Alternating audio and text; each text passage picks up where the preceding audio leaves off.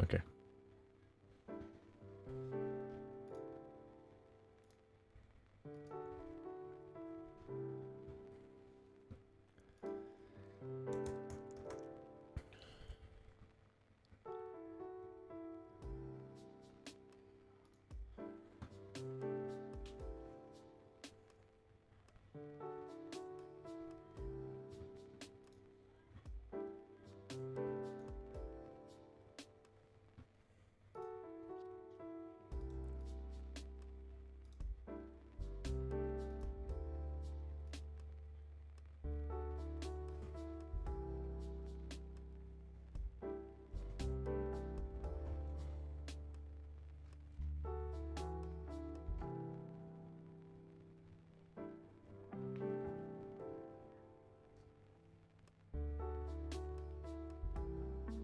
Hi, hi.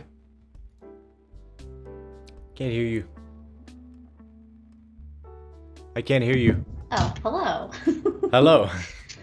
How goes That's it? better. I'm alright, I had a lot going on this week, but all good things, more or less, so... How about yourself? You look well? Good, just making TikTok videos and cleaning up the closet. I just need to put some things away, but I am here-ish. I just have to go put some things away as I'm cleaning up organizing the chaos that is my bathroom supplies. Yeah. I'll say now, though, just to get ahead of it, we are in fact live, so there's no confusion on that matter. Okay. All right. Thank you. Alrighty. Hi. Hi. Goodness me, might we actually start on time this time? Oh, we're live, by the way. I don't know if you heard, but... Yeah, I heard. Cool.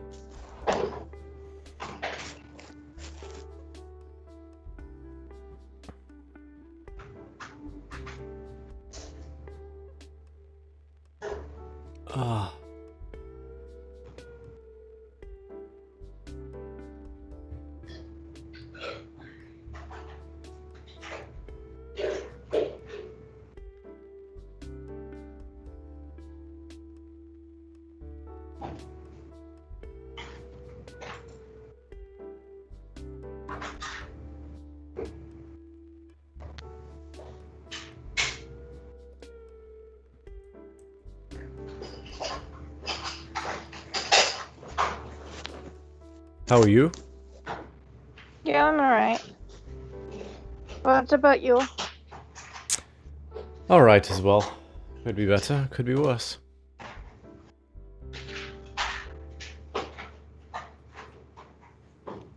So many things to do with the campaign that I keep forgetting to do, like change certain artworks and things like that. I need to stop putting that off.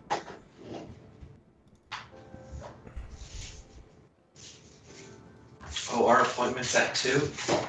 I think it's 2:50. Okay.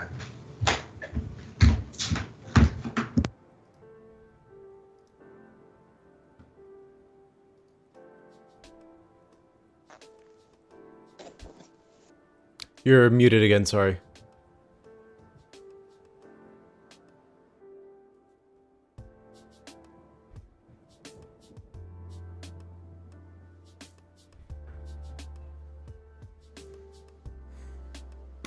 Where's my... Oh, there's my phone. Okay, good.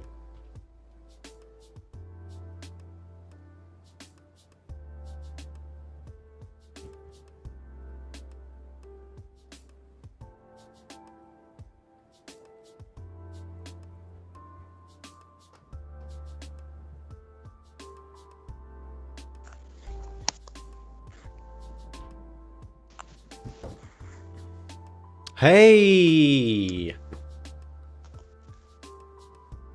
Sorry, I can't hear you still. Sorry, no, I didn't mean... Oh, oh god.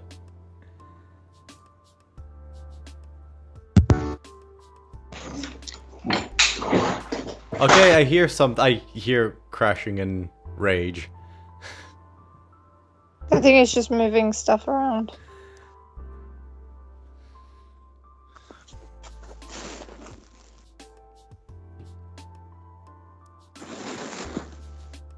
Okay, can I just say, I am tempted to award everyone a point of piety just because we're all here at 5 past.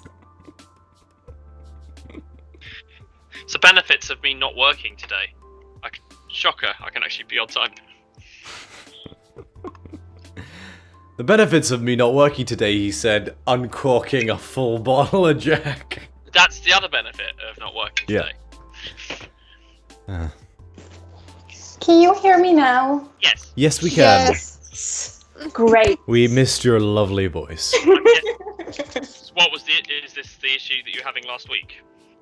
I think That is an my affirmative. headphones of 8 years have finally broken. Yeah. I think they've left me. I'm gonna go ahead to be and fair, she open up does the have main new layout. headphones on her. Very true. Drop that, drop that. Alright, no, I'll leave Amalia's up because, camera. And Bithynia. Oh, Heliada too. I really love the little... I got a nice system working now where I can just make layers invisible at will and then just like almost like shift everything into place. Just want to make sure the battle layout's a-okay as well. Make the amount portrait. Drop the Scotty one. Cool. Drop Bithynia's one. Ah, that's what I didn't do. Okay, that's fine. And yes. I'm just happy I didn't have to fiddle for ages.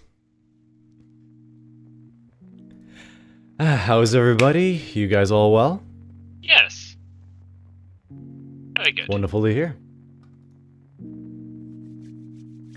I was able to prep some fun stuff ahead of this, so looking forward to it.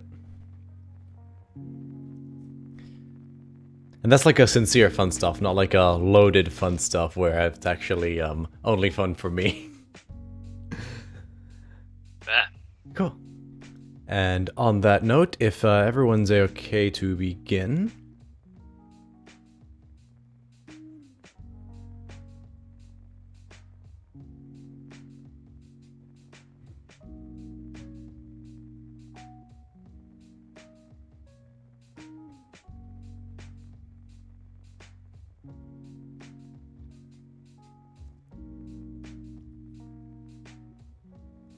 I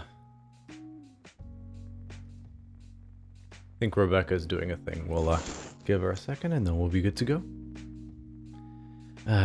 Do I need anything that isn't open? No, I do not.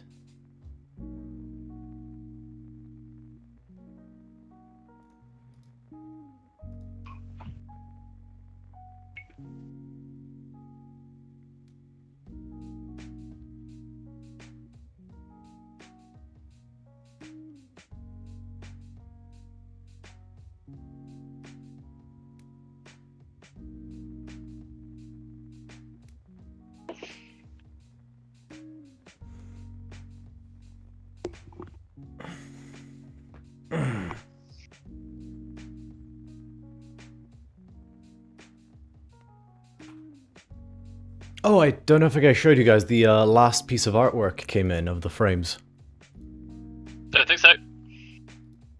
You guys saw the Eater of Hope one, yeah? Yes. Excellent. I'll take a screen grab because I know these things are like a gigabyte each.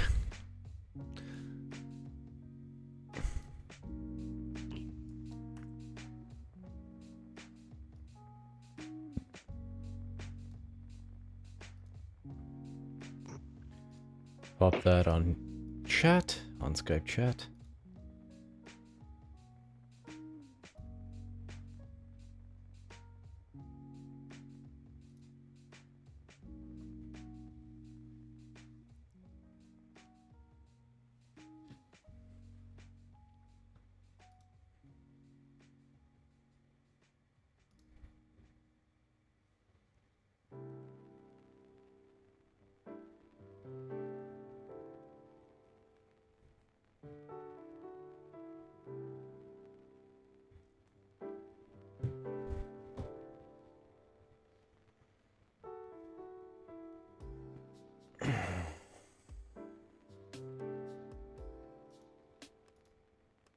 Yeah, no, Amalia was really, really well done.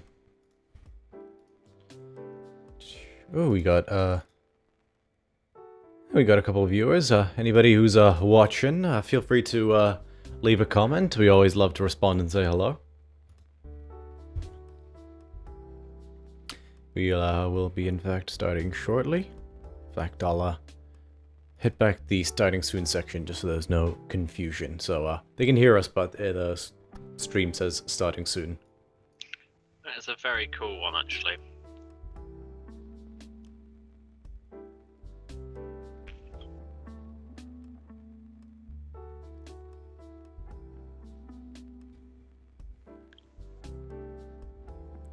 You just send a message.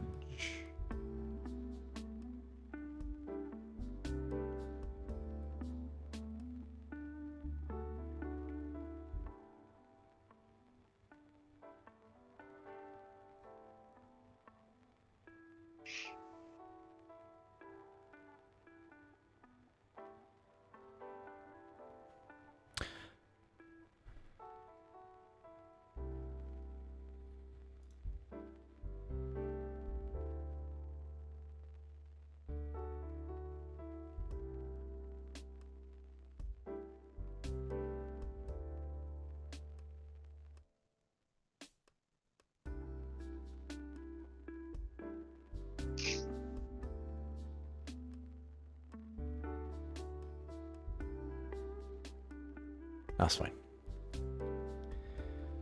Give it a minute, then we'll be good to go.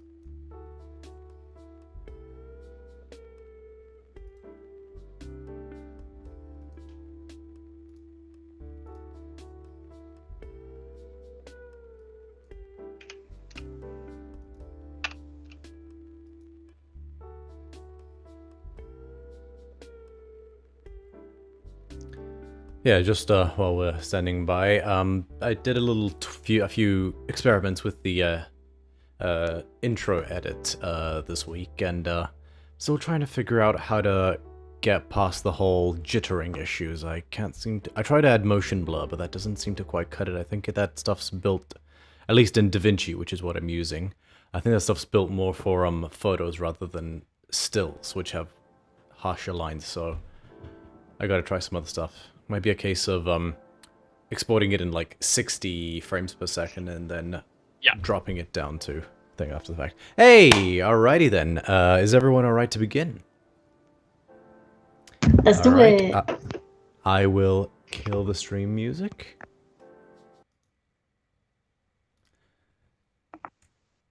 And I will, sorry, 1 second. Yeah. Hello and welcome to DC30 and our Mythic Odyssey of Theros. D&D with an ancient Greek twist. I am your Dungeon Master, Romeo, and I am joined by my wonderful players, Morse, as Skotinos, the Satyr, Blood Magic Sorcerer, and now Bard. Amalia, the Leonin Echo Knight. Bithynia, sorry, I effed that up slightly. Violet as Amalia, the Leonin Echo Knight. Rebecca as Bithynia, the Warlock of the Sphinx. And Virla as Hilira, the Trickery Domain Cleric. Last we left off, you guys had been relaxing in Melitis a little, growing a little restless, so you decided to take on some new work. You made note of several available opportunities on the jobs board and are in the midst of tackling the first one, a distressed farmer whose flock of sheep had been taken. On the way over, you came across a runaway bride of all things, and after helping her flee her captors, as well as a generous donation to her new life on the part of one of you, said person gained a noticeable bump in respect from their divine benefactor. And I believe we left off with you guys arriving at the farmstead. Yes, the sheep war, here we come. So yeah, it's a fairly unremarkable cottage with the trademark stone walls of the sort of like pale stone walls and red terracotta roof. Is it red? Sorry, no, this is more of a sort of earthy brown terracotta roof with these usual overlaying tiles. But as you round the bend slightly, you can clearly see that a section of fence has been destroyed, and if you follow that slightly, you see that there's just a section of there's a big ass hole in the wall / roof, and there is a boulder just sitting inside the living room that you can just clearly see because it's exploded a section of the wall of this house. And if you cross the there's like a little cobblestone like fence / area that separates you from the section of the house that has this hole.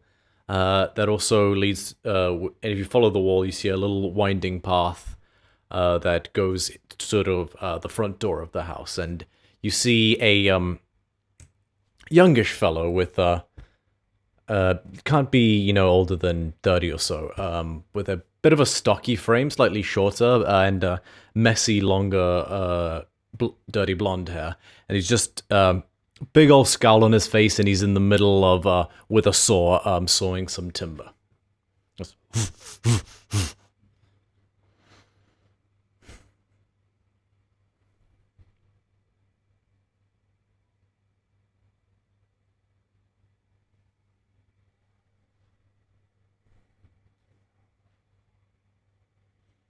So, guys, what would you like to do?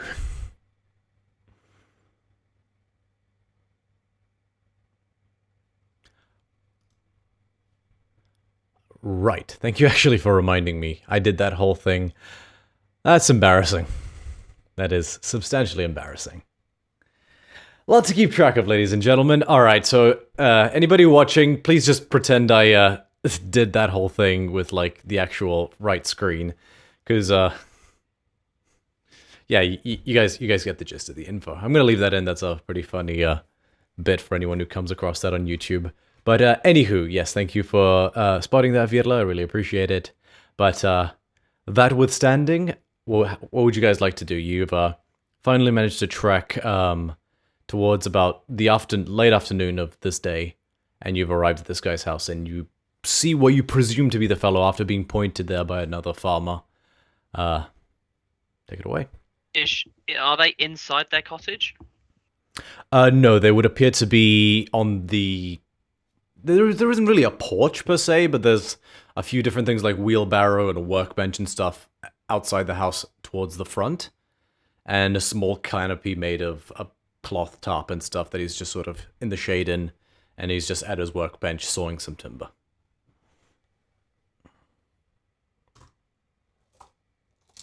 I'm guessing unless anyone has another plan, we're just going to walk up and make our presence known just simply by being there. He looks up. Can I help you? I was under the impression you were the one that needed help. Ah, yes. I presume you saw the posting I made.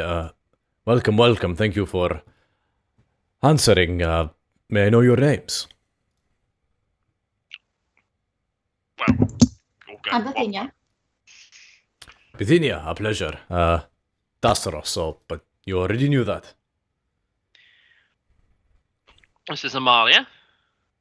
Hi. Hilira. I'm Scotinos, and we are. Are we keeping Tempest as the name? Have we decided that? I think we just said yeah we will. Okay. And you can call us Tempest. Very well, Tempest. Would you care for a spot of tea? I know I could use some. I seem to be pissed off all the time at the moment. Well, if that's going to tell you, if tea's going to help you tell us where your sheep are and what happened, then yeah. Well, he begins busying himself with, he just puts his things down and he gestures for you to join him inside the house as he opens the door. And as you follow him in, he's like, well, there isn't a whole lot to tell, unfortunately. Was minding my own business, herding them one day, making sure they can get out and graze, when 3 big fat fuckers just came out of nowhere, cresting the hill, stampeding towards me. I tried to run. They didn't even pay any mind to me. They just came right over, picked the sheep up one by one, stuffed them in a sack, and ran away. So you're telling me 3 huge weirdos came out of nowhere, abducted your sheep, and then just rode away? Basically, yes. But not before one of them decided to throw a boulder at my house after I shouted at them to stop. How many sheep did you have? I had a good 30. You know, I was starting out small. I'm new to these parts, and naturally knowing my luck, this happened. They took 30 sheep, just plop. Well, yes. And there were 3 of them. Picked them up like they were wild berries. Yes, there were 3 of them. That doesn't sound right. Can I insight check to see if there's anything that he's missing out or a key, key difference to his story? Go ahead and make an insight check, yes. And so as you peer him up and down, he begins busying himself with a kettle that heats up quite quickly and pours you guys each a cup of tea as you guys sit at his table, which now has a beautiful new window to the outside. Basically, the table is right next to where the boulder struck. The boulder stopped like an inch short of the table. Is the boulder still there? 23, by Yep. the way. Okay. You don't sense he's withholding any information?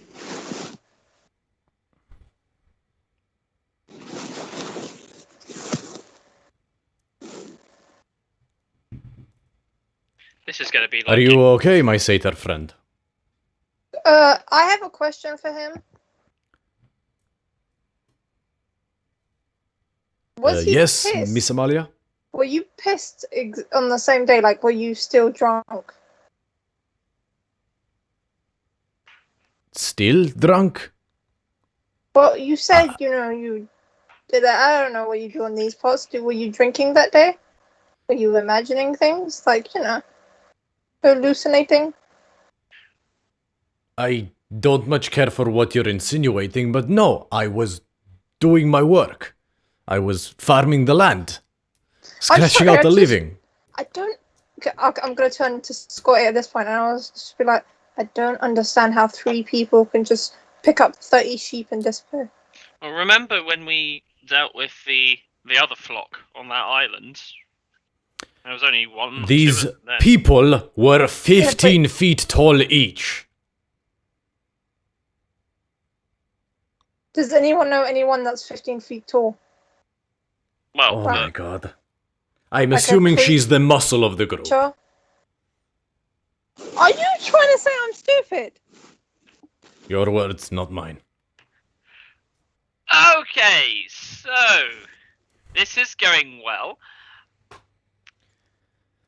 The direction that they ran off in, or wandered off in, perhaps, would be a good start.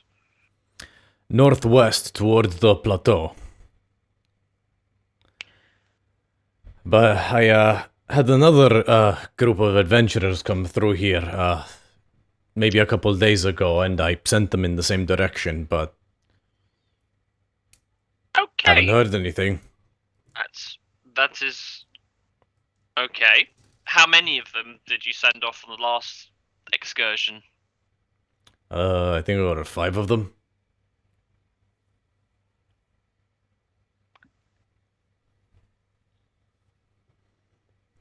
Oh,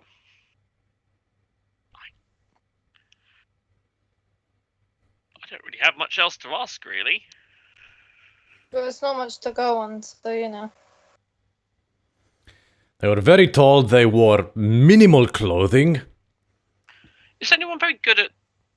Oh, They had big fat bellies, all of them. I think they had 7 teeth between all 3 of them. And 2 looked like men and 1 looked like a woman. were any of them wounded? Did you do anything besides shout at them?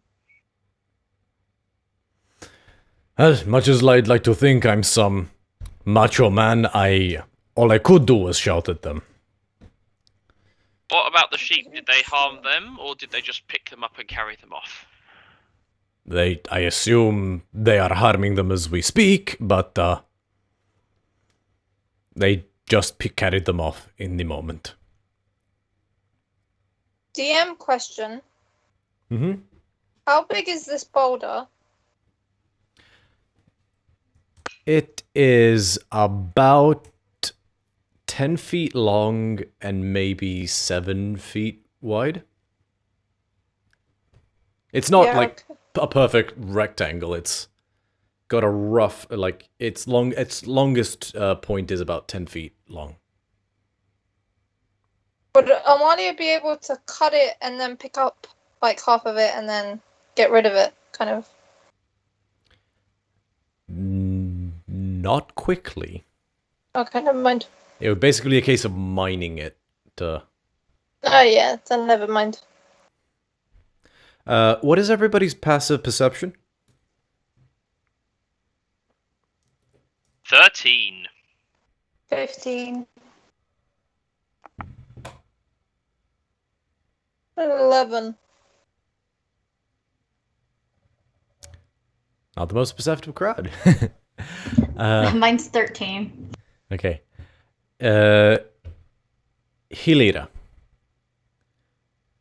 You begin to hear boom, boom, boom, boom, boom, boom, boom, boom, boom, boom, boom, boom, boom, boom, boom, boom, boom, boom. And now you guys hear it as well. Boom, boom, boom, boom. The sound of a set of thunderous footsteps getting closer. I run outside immediately. Ditto. So, you enjoy your tea and your Volta window. We'll be back. Oh shit, what the fuck do they want now? And he just basically just gets under the table. As he kind of goes, and before I go, I kind of like lift up that. I don't know if it's like a little door and go, "We'll talk about pay later." Yeah. All right. Yeah. Later. Bye. He just gives you a thumbs up, and then it's just a table. He's just under the table, but I bet he wishes he was muscle now. Fucker. And as you guys run outside just in time to see a very large, as in 15 feet tall, very pot-bellied, hideous-looking humanoid creature bounding down the hills towards you guys. The ground shaking with each quake of his footsteps, and the more scholarly among you. In fact, it's you guys can all generally summarize that this is some form of a giant. You see 2 eyes cresting his head, the normal 2. You do not see 1. His other than his size and his sort of slightly more grotesque demeanor, he looks fairly human, normal human skin pigment, nothing out of the ordinary there. But he is shouting, "Send adventurers after us! Eat you too!" Boo, boo. I would like everyone to roll initiative. Here we go. And you guys should be able to... Oh, that is the wrong thing. I will get the music ready as well. Oh, look at the little farmhouse with the big boulder in it.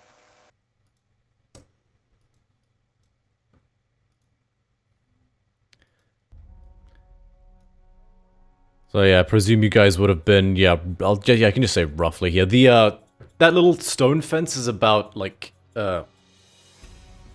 4 feet high-ish. It's meant to just more stop a sheep from scaling it than anything else. But yes, you... Am I right in saying that the footsteps that like he's come from a different direction to the footsteps, or is that just... Yes, those the grass has grown back a little bit in those footsteps. Those don't look like his original... to be fair, he'd be more about... Oh, wrong button. He would be more like he's just run. He was coming from this direction. So if you follow that line, and having just bounded over, he has noticed you guys and is now turning to face you guys. Okay. Is it just him? It is. You do not see anyone else. Okay, so 25 to 20. 27. Damn.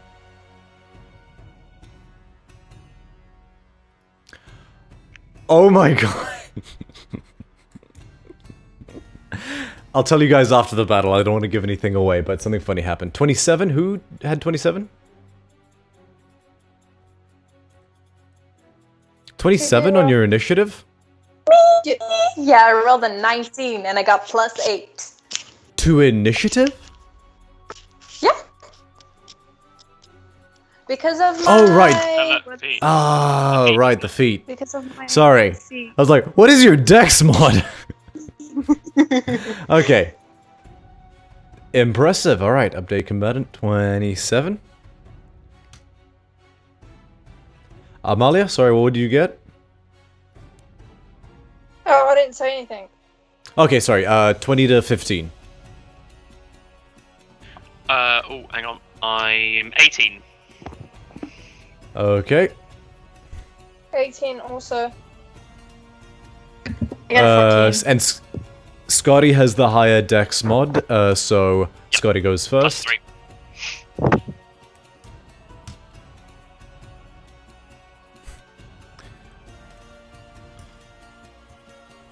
Alright. Top of the initiative order, Hilira. Oh, okay, do we want to get violent? I asked to the party. Like, Oh, we I'm should... kidding the fucker. Okay. Do I know if they speak our language, if they speak Common or Celestial or Sylvan? I wouldn't. You just heard him but- speak in common. Broken. It seemed like broken common, or Yeah. simple common at least. Okay. He does not speak like a well-educated philosopher, let's put it that way, but he does appear to speak common based on what you've heard so far.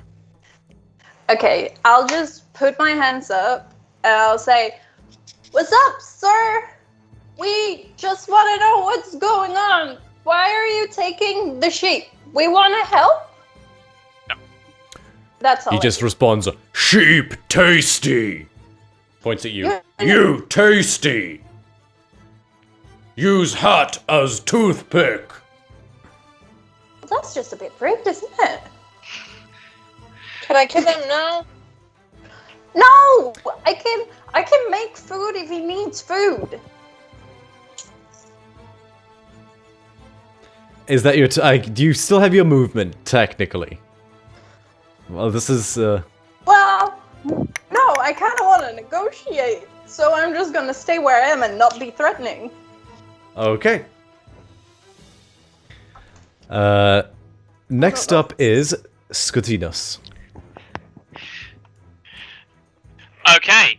I am going to cast as I sort of like I'm sort of like lick my lips. I am going to cast Friends. At the big bad boy, and I'm going to say, "We not steal sheep. We have big meal with you, big powerful giant. Teach us ways of steal sheep." Is that what is the saving throw on, friends? It's not really it's not a saving throw. It's for the duration. You have advantage on all charisma checks directed at one creature of your choice that isn't hostile towards. Oh, that isn't hostile towards you. He's already hostile, isn't he? He is quite hostile, yes. Well, You would know how that spell works. I will let you do something else. Well, that was not that. Oh, okay, all right, okay.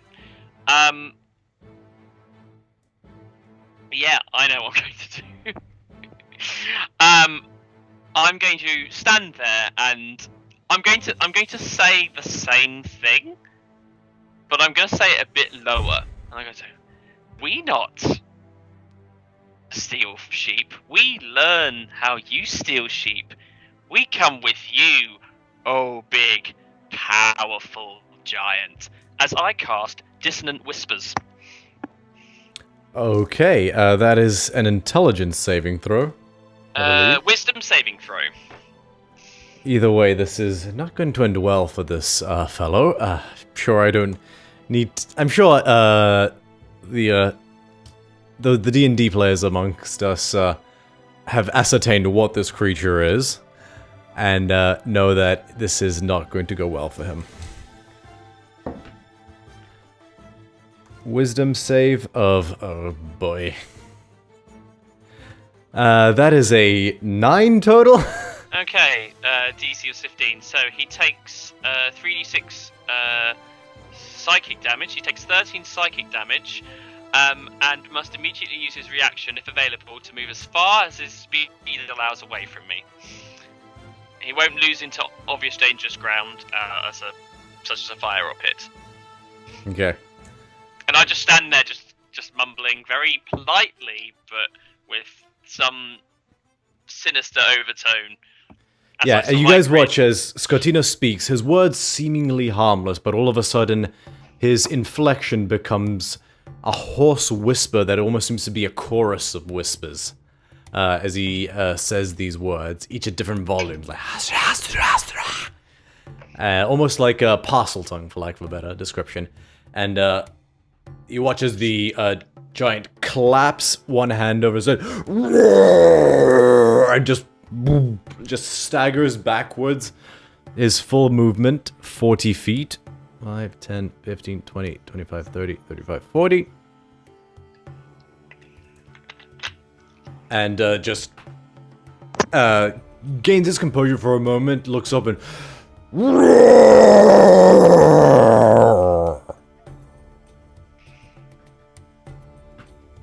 And that is his turn. Ozen, is that your turn? Sorry, Scotty? Yep. so I will move forward. Oh, I'm clicking the wrong button. I'm going to gingerly. Oh, the game is paused. I can't move. It shouldn't be paused. Is it paused for anyone else? Do you see the little clock symbol? I do. Let me refresh. I saw you move it. I saw you move the token, but it looked like it was. Okay, now it seems to be first sorted. Okay, so I will. As I'm just. Oh shoot! Sorry, I need to turn on the battle layout. I will. Sorry to I'm carry not on. use my whole movement, but I'm just going to clamber over the fence, so that I keep within 60 feet of where he is. And yeah, that's it. And then I'll just stand. I'm going to sort of like stand there. In fact, if I've got the movement, yes I do. I'm going to lean against the boulder he left and just grin at him. Very well. Cool. That way, now our viewers can actually see the battle as well. That is my bad. Okay. Very well. Next up is Amalia's turn.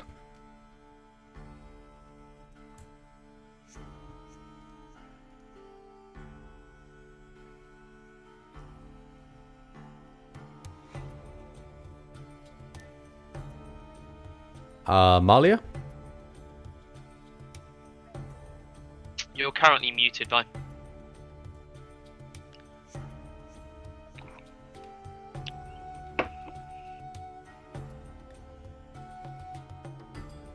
Okay, now? Yep, that's it. Oh, yeah, you you're just good. you just muted yourself again. We heard now, and then you put the mute thing back on yourself.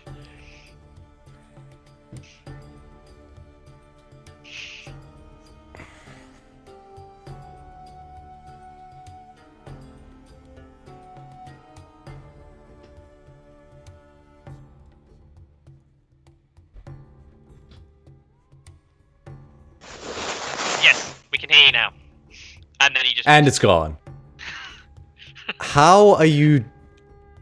I can How only is this imagine that, possible? if some microphones link up with Skype, and if you unmute or mute via the microphone, it does something. Yes. Okay, mute icon's Okay, gone. now? Yeah, you're good. You're good. Okay, I'm on my phone, that's why, so every time like I click it, it like delays. Yep.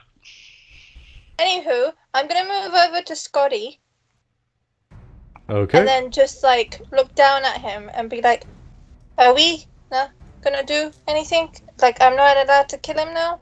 Like, what's going on? If he runs away screaming, then we can find out where the rest of them are. Then we can do the killing. Okay. She's gonna stand next to you and just, you know, be prepared for whatever's going on. That's it. Okie dokie. Are you readying an action, just to be clear, or...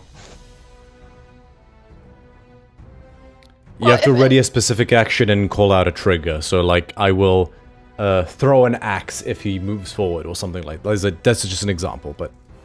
Would you like to do something like that? Well, if he comes back and he's gonna club Scotty, I'm gonna attack him with my new axe. Okay, so ready. You're holding the attack action if he attacks Scotty. Yeah, basically. Good to know. Next up, it is, I believe, Bithynia's turn. Okay. So, hold on, I'm trying to see my map. Where did he go? He's Northeast, top right of the map. He's outside the artist rendition, but he's within the light green surrounding area. okay, I see him. Upper right. Yeah. And can I hex him, please? Yes, you can. Absolutely. Which ability would you like to impose disadvantage on? Probably my Eldritch Blast. So the hex spell lets you choose one of his core abilities, like strength, dexterity, and all checks with that have disadvantage. I don't know enough about him to know which one. Maybe strength. I was gonna say. Okay, so he has disadvantage on all strength checks. Okay. We'll just use the little... Oh, we'll just use this one, the toxic... A little... Oh, damn it. Really wish you...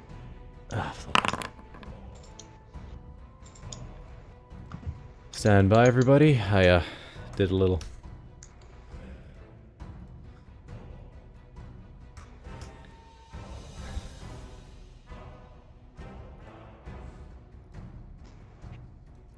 Okay, I'm good to go. So you've hexed him with your bonus action, and with your action? I would like to Eldritch Blast him, hopefully. Go ahead and make your attack rolls.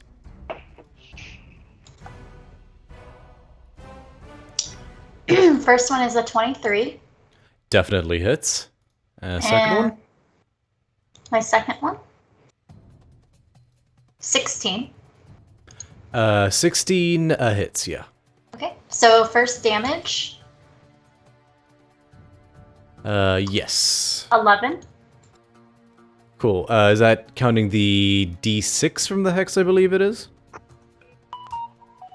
Ah, shucks. It's only doing a +2 on here. Yeah, so that's because the whole D&D Beyond still uses your charisma modifier, so you just need to remember to add +5 to whatever your die roll is. I'll try to fix it at some point, but I'm having no luck so far. 14. So a 14 for the first one. With Total. hex as well. Mm-hmm. Cool. I don't think I added the hex yet, because the +4. +4? Hold on. 14 on the second one. However, I wasn't adding the hex on that. Shouldn't it be +5? For what? You get a... Because you have Agonizing Blast, you add your intelligence modifier to each attack roll, which is +5, because you have an intelligence of 20. What was +4 referring to, just for clarification? Because I get to plus the 5. Yes, you said For +4, my so I thing. go...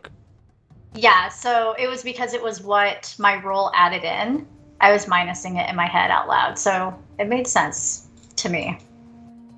Okay, so it was 14 on both in terms of damage, Yes. if I understood correctly. Okay, good, 28. And is that counting the hex, or is the hex going to be That is not rolled? counting the hex. Alright, go ahead and roll some hex damage. Oh, goodness. Warlocks, people. How many until you can deal extra 1? It's a d6 for each hit. So 2 of them. Yep. The first one is a solid 6. Nice, so 34. Mm-hmm. And an additional 4, so 38 total. On a cantrip, that is Gee! pretty good. Yep. I was a good study at the university.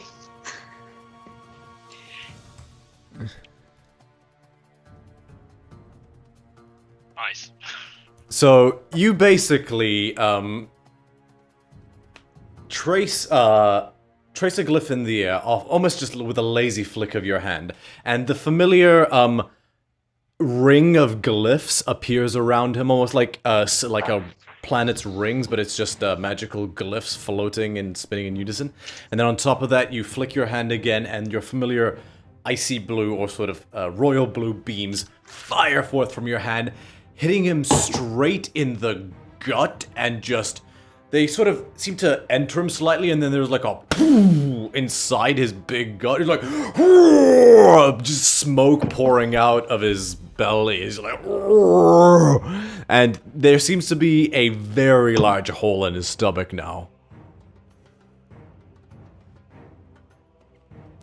Then Bethania looks over at Hilera. I'm sorry if I don't know what your plans were, but now this is part of it. That's okay. That was really cool. This also reminds me of like Dragon Ball Z Abridged Goku and Vegeta, where Goku's like, let's be friends, and Vegeta's like, bang, bang attack! that obscure reference aside, I believe it is the giant's turn, who rolled a natural 1 on his initiative for a total of 0. Well, that's his fault for wanting sheep instead of sandwiches. It's his fault for announcing what he was going to do. It's like as bad as saying, "I'm sorry for this," before getting like knocked out for saying it so obviously. Now, he was going to attack Scotty after that whispers, but his priorities just shifted slightly.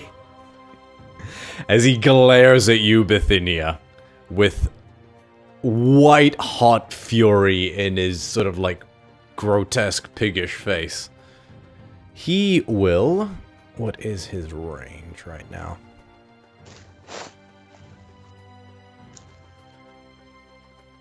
He's gonna get a little closer. 5, 10, 15, 20, 25, 30, 35, 40. No, actually he's gonna stay about this far back. He's just gonna hop over the fence. As he does so, though, he basically grabs a section of the cobblestone fence, tears it clean out of the ground. This is like about like a 5-foot section of fence. Of like a wall, sorry. And he's gonna just hurl, he's gonna fastball it towards you, Bithynia. As he uses a rock throw attack.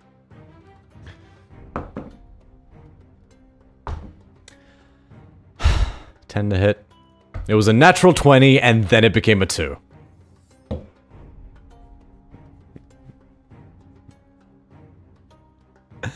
Alright, a 10 I'm guessing doesn't hit.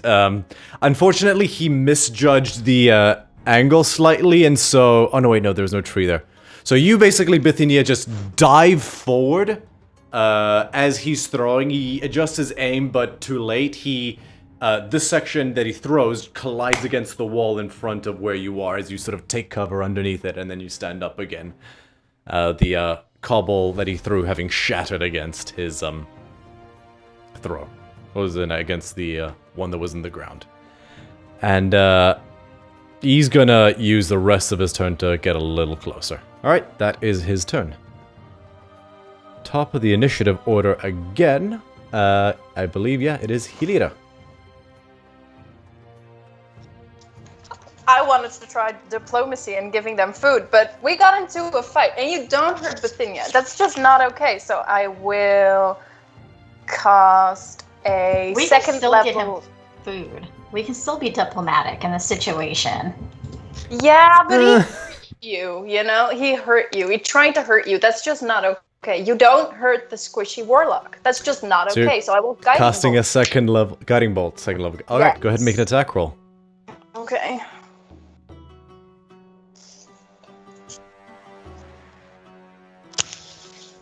$27. Oh, yeah, that definitely hits. Go ahead and roll damage. Okay.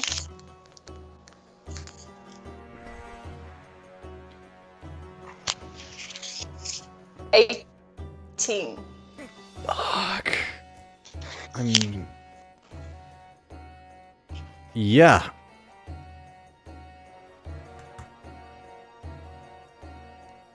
You...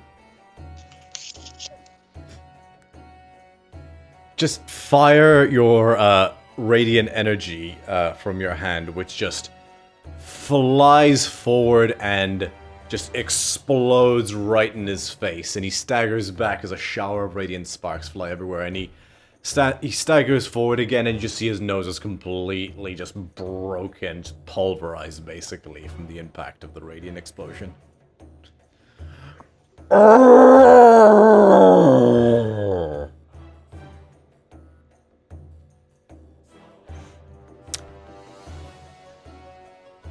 Look, mate, I can give you food if you need food, but you need to chill down. Sit. That's my everything I can do. I'll move a little bit, by the way. I will move here in front of Bithynia, because that's just not cool. Very well. Next up, it is Scotty's turn.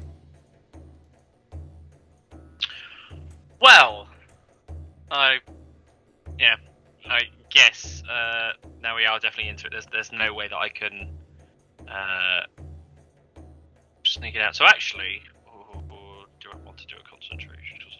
No, to be honest, I think the best one is to continue doing what I was doing before. So, I am going to expend 2 sorcery points to quicken another spell of Dissonant Whispers. This time I'm going to do it at 2nd level. And as it goes out, oh, he's coming back to play! Oh, isn't that cute? So I cast that as a bonus action. Alright. Ooh, wisdom's right. Yes. 12. He still fails. So he now takes Yep. 4d6 damage, which I will attempt to. I don't know if that has actually rolled or not. Has that rolled? Don't think it has. There we go. So 15 psychic damage, and you must must use his reaction if available to move as far as the speed allows away from me. However, I now need to roll on the wild magic table. Go ahead and roll on the wild magic table. Let's see what happens. 20. What happens?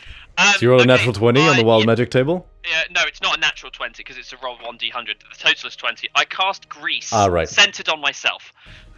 Okay. So you watch as he does it, and except this time just you hear a like the sound of axle grease coming out of one of them tubes, just all, and then just out of the ether pours a gallon of grease, just coating Scotty head to toe. It's a 10-foot radius, so I have a feeling this is going to affect Amalia as well. Yeah, it is. So a 10-foot cube of grease appears, which I will draw, which I'm sure we're all happy to see.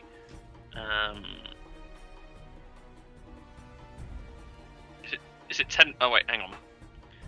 It's 10 foot. I don't know how I'm able to say. Is it 10 foot in diameter or 10 foot?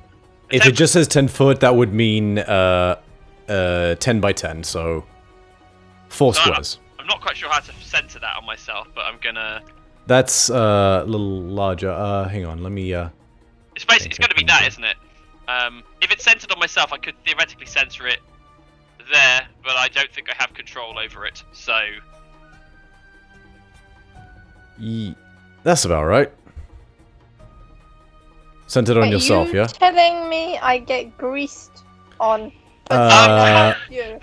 Basically, Yep, yeah. pretty much. Yeah, I was trying to hope that I might be able to read that as well. So basically, any creature standing in the area must succeed on an dexterity saving throw or fall prone. Amalia, make a dexterity saving throw. I think I need to do the same as well. Yep.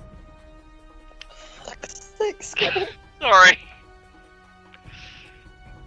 Natural 20, you're, Not natural, 17 plus 3, but 20 is all good for me otherwise. 20, your, satyr hooves are just, too nimble and they do not slip.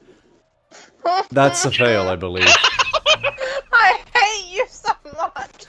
Amalia, so, with the weight of your armor and the grease sort of seeping into the ground, you don't slip so much as your just legs begin to part, and you try to like rectify yourself out from doing the splits, and you do that thing like cats do where they like sort of slide out, and then you just slip and just fall ass of a tea kettle on your back. I'm gonna say, because I still have my action. I was going to cast another spell, but that was miserable. Can I use my action to help Amalia out? Go, I'm sorry, that's never happened to me before.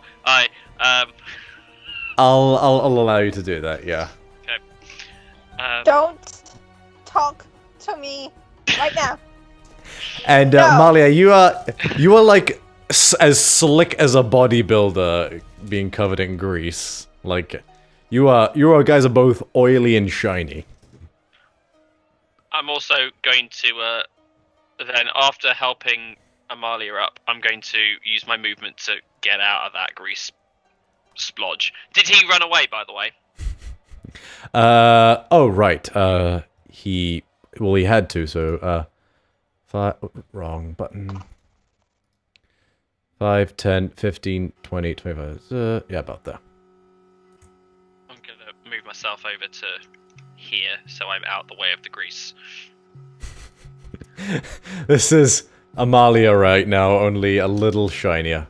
Oh god damn it, I hate those stupid. Hang on. Ignore that one. Why does Skype do this? I was getting all ready up to get Amalia set up for a really cool sequence of damaging attacks, and then I greased myself. You greased yourself, yeah? Yeah. More likely, yeah, that's definitely me. Okay, so That evil smirk and everything. Scotty's so with Scotty's turn being up, it is Amalia's turn. First I get you guys keep attacking me, I swear to God. First I get like an axe thrown at me, then someone's sword goes on me, now this stupid grease. I mean, as things go, it's the least damaging of the lot. She's gonna move here.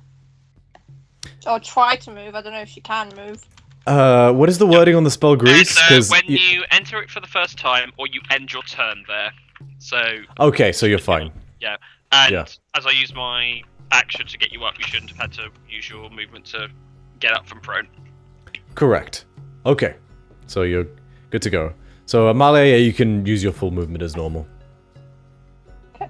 5, 10, 15, 20, 25, 30. And then 5, 10, 15, 20, 20. Aha! Wait, how much movement do you have? I can move there, but I can also produce an echo right in the front of this motherfucker. Yes, you can. Produce that echo. Okay, bonus action, produce the echo. And the phantom form reappears. Yeah. Yes. And she will do some slashy damage because she can. Okay, go ahead and make your slash attacks, which I believe now get a +1 from your axe. Just in general, on top of the thing it can do if you activate it. Well, it's already there because it's a +9 Yeah. instead of a +8. Yes, it's also factored into the damage, but yeah, anywho, go right ahead. 20 motherfucking 1. Sorry. 21 definitely hits. Go ahead and roll damage.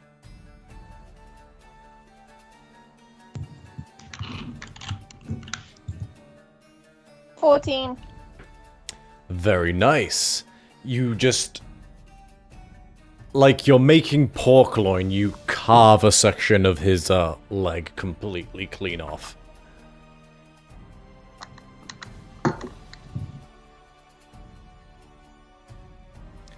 Second attack. Second attack. 12. 12... 12 just misses. I have another attack, don't I? Not at this level, unfortunately, unless you use action surge. No, never mind. She'll just make one pork line and look at him. So you make a pork, and this time he's ready for you. He just grabs the axe and just... he doesn't pull it out of your hand, but this is a very large creature, and so it's almost like an older sibling, like grabbing the younger sibling's arm and just pulling it back. Like, you're holding onto the axe, but you have lost control of the axe. But it's an echo. Oh, the echo, right, yeah. So, he is going to, oh, is that your turn, Amalia? Mm-hmm. Very well. It is Bithynia's turn. Oh my god. Yes. How damaged is this guy? He looks quite hurt.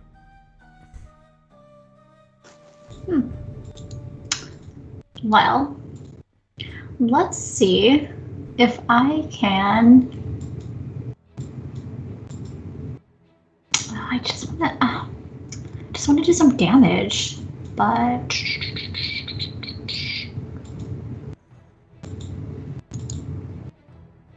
Hellish Rebuke's a reaction, right? Correct. Damn. your damaging spells would consist of the mind one you have now is an action to attack with. That is an option. Let's just stick with Eldritch Blast. We'll do that. It's whatever. It worked the first time. Let's see if we can go 2 for 2, y'all. All right, go ahead and make your 2 attack rolls. First rolls, 26. And yeah, that'll do it. And the second one, if we could be so lucky, probably not, is only a 14. Does that hit? 14 still hits. He's a big, almost naked chap, so not a terribly hard target to hit.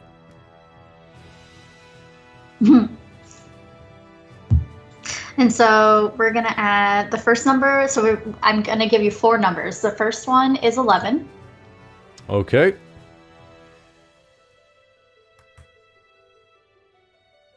Second one is 12. Third Okay. is 4. And the last one is 6. In a rapid fire succession, just boom, you blow a new hole in his shoulder and just blow a new hole in his ankle as he drops to one knee, and he staggers back up barely. He's like, Alright, well, it looks like my work here is done.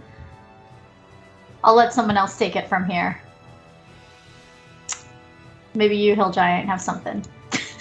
on his turn, honestly, he's not super focused on the Echo, because the Echo's... He is, yeah, he's still pissed at you, Bithynia, because of the sheer amount of damage you've done to him, so he will... Yeah, he's just gonna, this time he just grabs a sapling that's nearby. Oh, no, not a sapling, a, like, long dead tree stump.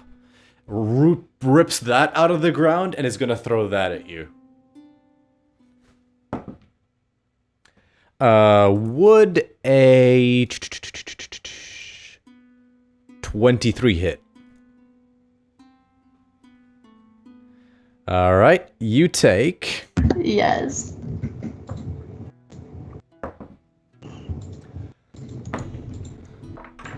I rolled that way too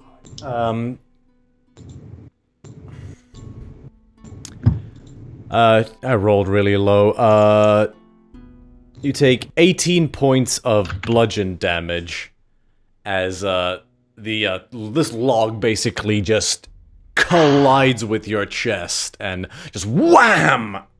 And you like get knocked 5 feet back and are just on the ground. Winded. And then I get to use Hellish Rebuke. What's the In range on return? Hellish Rebuke? 60 feet. Yes, you do. I did not realize it went that far. Yeah. And so it says at higher levels. Wait, hold on. You can choose to cast it at a higher level. Oh, How as high a is warlock, higher actually, level? no, she can't.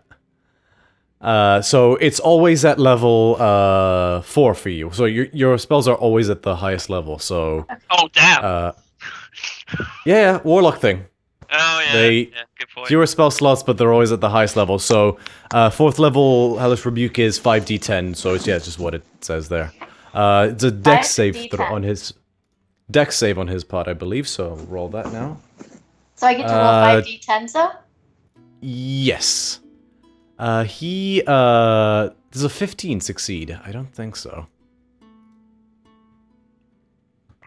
Nope, just fails. Okay. So 5d10s incoming. 32. Okay, so as you see the log flying towards you, you go to trace the glyph, and almost like a Heimlich maneuver, as the log hits your chest, like your stomach, you and like spit out a ball of blue fire, which flies towards him. As it's like the ball is about like this big, but as it hits him, a column of blue flame engulfs him. As just like this pillar of swirling blue fire dominates the sky. Like the sky almost gets a little darker from the explosion. And as the flames clear, you see a blackened giant skeleton mid-pose just drop forward. That grease came in handy. So is he down and out for sure now? Oh yeah, he is a singed, he's a black skeleton. He had 8 hit points left. And I took every last one and his... Oh yeah. Thought. Alright, after a moment, just to, you know, as you guys, like, make sure your eyebrows are still there, and admire your new tan, combat appears to be over. I guess diplomacy went well-ish. Oh, thank Yeah. you.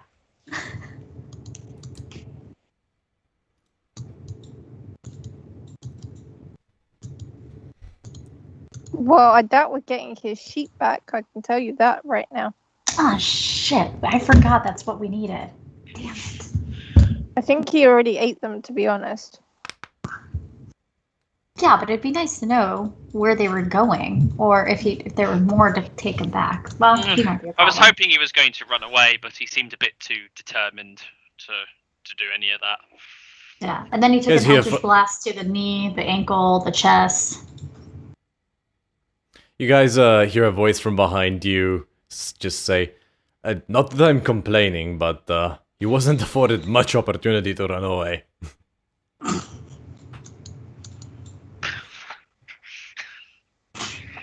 Oh, don't get me wrong. That shit was way hardcore. That was cool. So now, You know what? And he's like on the sideline with like little scorecards, like for style. Yeah, pretty points. much. He's like, this is a bit awkward, but can I keep the bones? That'll make for a good repairs to the house, and also it'll look epic. 1 second, I want to check something first. I'll run over to the body to try and figure out if this was a giant or if it was a sheep that was transformed into a giant. Because that's my theory. What about that? Oh man, what do I make you roll the check for that? And I want to find loot.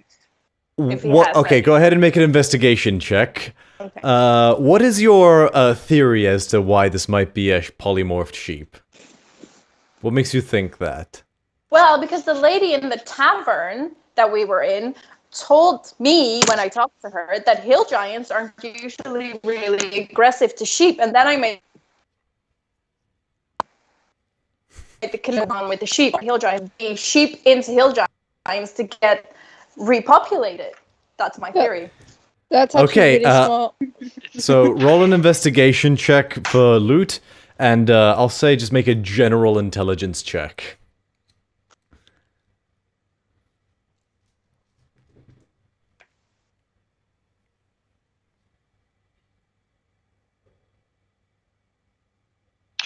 If ever were there a time for sandwiches, that was it. Yeah. Oh no, sorry Rebecca, did I mistime it? I thought we had a second longer.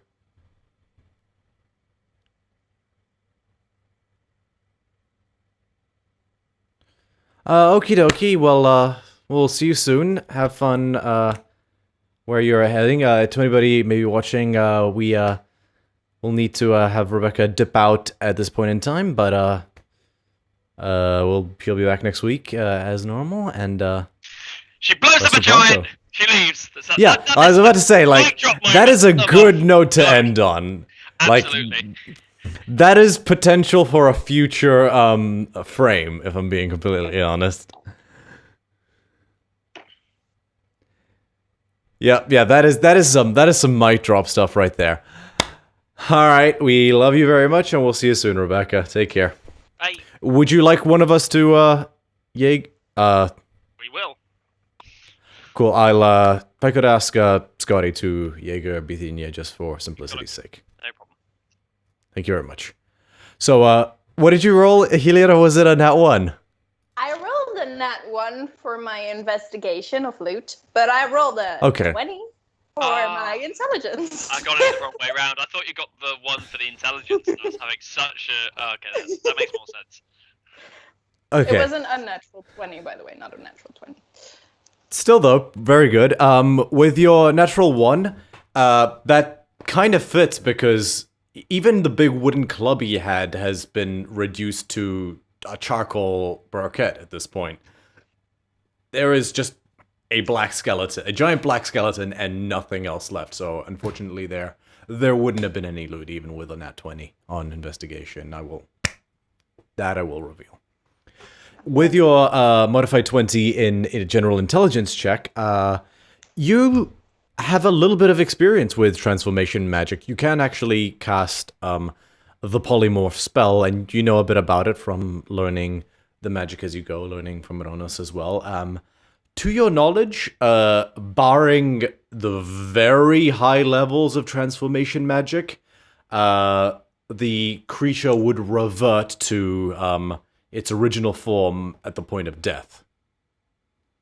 So, this was either done, but you basically are able to surmise that it either was a sheep transformed into a giant, but by like a deity level, power level, or it was always just a giant. And you gather that the simplest explanation is probably the right one, that it was in fact just a giant.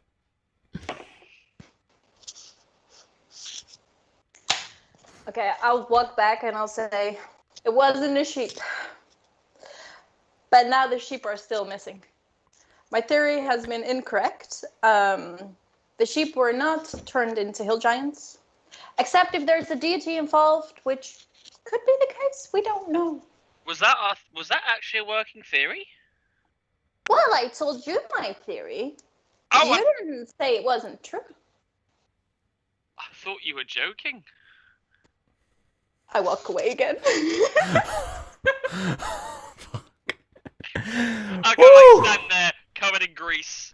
Looking Oh. Is now a good time to talk about pay, Mr. Farmerman? Since you now see that we're probably more likely to, skeletonize your sheep thieves. Right, yes, damn dude, that was cold, but I'm getting ahead of myself. And, I, had moved out here, away from the, south of the peninsula in the hopes of, starting my life here, maybe finding a wife or something like that, eventually, and, moving on.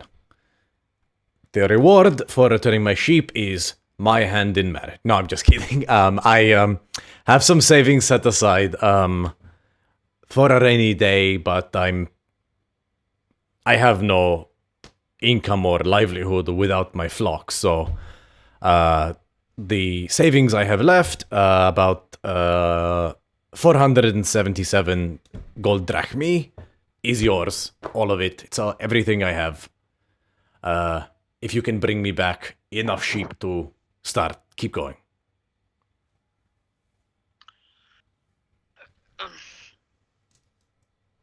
And if we find that all the sheep are already eaten, but we take care of the giants so they don't take the remaining sheep, half? If you find all the sheep are eaten, but you take care of the giants so they don't kill the remaining sheep, are all the sheep eaten in this scenario, or are all the sheep have been taken? So all the sheep are gone. I'm assuming a fair amount of them have been shit out by the giants already. It's been a few days. If you can bring me back enough left, so a handful that I can maybe get by and replenish the herd eventually, that'll be enough. I'm just wondering if we end up going there and all the sheep have already been eaten, then we're already stuck anyway. You need gold to replenish your sheep, but if we kill all the giants and there are no sheep left, will we still get something? I'm not saying all because you need something to, get going. Fair enough. Half for dealing with the problem. Hopefully we'll get more than just... We'll find some back, but I have to go. I'm sorry, if I had 1,000 gold to offer you, I would, but... Scotus isn't fussed with haggling any further because, yeah, he's not got much, and yeah, he's lost a sheep, but yeah, he's happy with that. I can give you some very nice wool. Oh!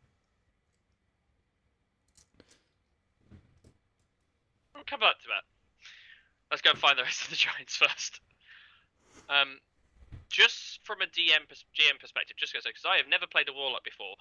Spell slots for Bithynia, how rapidly do they come back after a long Short rest? rest. Short rest. Oh, thank God, because otherwise there's nothing. In which case, Bithynia will suggest we take a short rest before we venture out to find the rest, because she is out of all spell slots. That is fair enough. And as a show of appreciation, a delicious lunch of, or I guess at this point it would be more like a dinner, of legs of lamb is prepared for you guys.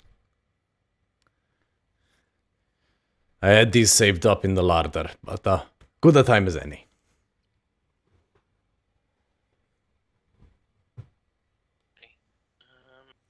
Right, go ahead and take a short rest, everyone. What's the hit die for Bithynia? It's Did she take any damage? Oh yeah, she did. She did, yeah. She's the only one that took damage. For a Warlock D8, I believe. Okay, I'm gonna roll one hit die for her. That is 6 plus Constitution. 9 increase. Could you raise her up to 50? Yes, I can. Or I'll drop her down from 59 because I don't think her health pool was... Or was it? Oh, suppose she had 10 hit points. I don't know where that came from. I didn't see any 10 hit points. I just saw her at full health and I assumed Rebecca hadn't got around to dropping the health yet, so I put her at 50. She's at 50. Yeah, cool. That works. Oh, and tell you what, while we're taking a short rest, I had meant to... so much to do, so little time. I had meant to send this to Rebecca ahead of time, but I did not get the chance to. Basically... crap, did I not save it? I hope I did. So, Fiends work a little differently. Just because Rebecca now has access to summon Greater Demon, Fiends work a little differently in Theros. There is no distinction between devils and demons and all that jazz. Yeah, I don't think I saved it here. So, basically, Summon Greater Demon now will cover all Fiends, barring ones that... So I had a list prepared, but I don't have it with me, but basically, if you don't think it makes sense for Theros, like...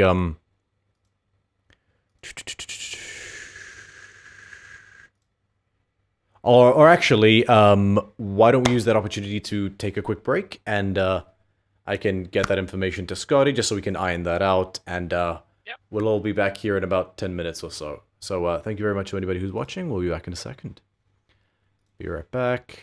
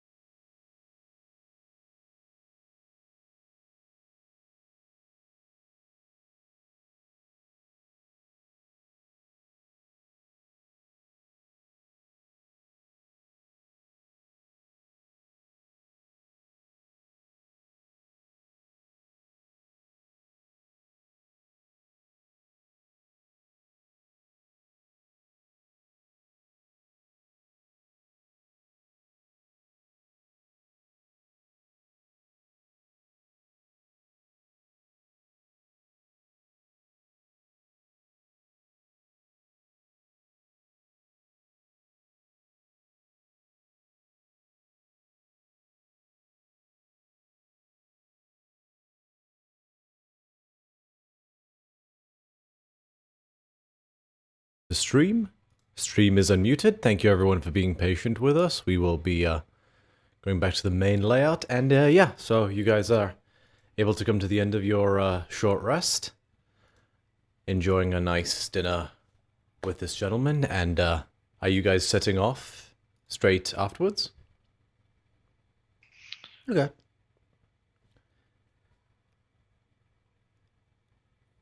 Seeing The the tracks for where he came from.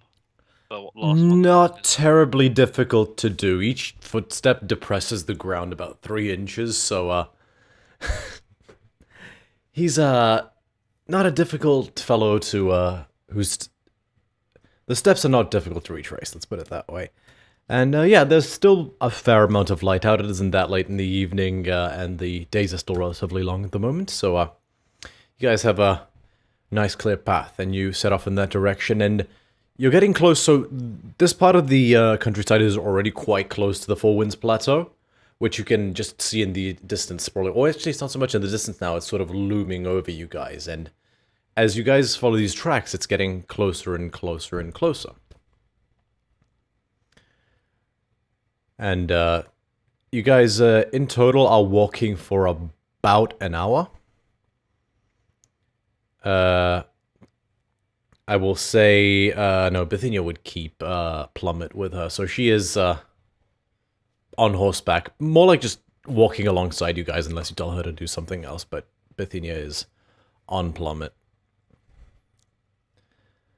And about an hour or so later, yeah, about an hour later, you arrive at the base of the plateau, essentially. You begin to see just right underneath the craggy mountains that would go to the elevated plain section.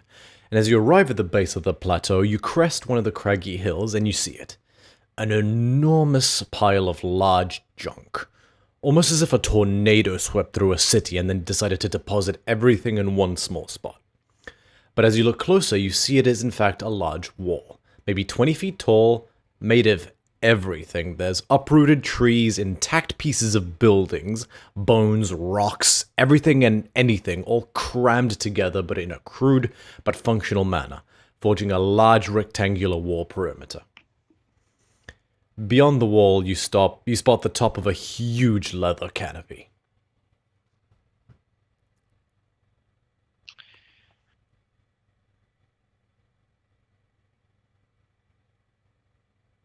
How difficult is the route up towards the canopy? How do you mean? So, as in, would it still be like we don't need to kind of like climb to kind of reach it. We can kind of still reach it within. So there's the wall, and you know that there's some kind of very tall, like gazebo type canopy thing, taller than the wall, beyond the wall, but that said canopy isn't attached to anything. Okay. It's about towards the center of whatever's beyond the wall. There's no obvious like sentry post or watchtower attached to the... Make a perception check.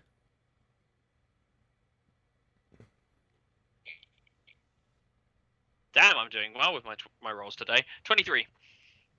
You don't see any kind of what you might describe as a watchtower. The canopy just seems to descend to somewhere behind the wall, and you can't really see from this angle what's behind the wall.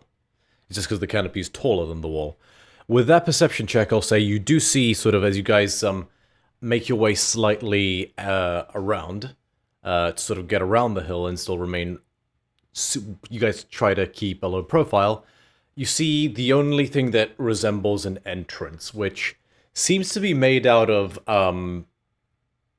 the front piece of a temple. So you got like 2 marble columns and just a small section of the marble slab at the top that held them together. That's been stuck at the front like some kind of grand entrance. It looks far too small for a creature like the one you fought previously to not have to squeeze through, but that appears to be the only path inside. Do we want to try and sneak in and get the sheep out? If there's any left. Yeah, but wouldn't the giants come back for the sheep again? We could leave food. I have a spell that can create food. So we could take the sheep, leave the food, and leave a note like, "We gave you food, don't take the sheep, XO." Bithynia says, I could maybe have Couplet, sneak in a little closer. I could, I don't know, make her invisible or something as well. That's a smart idea. Just to see what's on the other side, yeah. Yeah. Alright, so she, at her command, Couplet hops off her shoulder and stands down. Bithynia will tap her staff again, and how has she spent that many charges? I don't think she's replenished it since, before, and it's been a long rest, so she used 2 charges for invisibility, so we're back down to 9. So it's a 2, so she'll spend another 2 charges to cast invisibility on Couplet, and then as she sits down, her eyes roll back, and you just hear a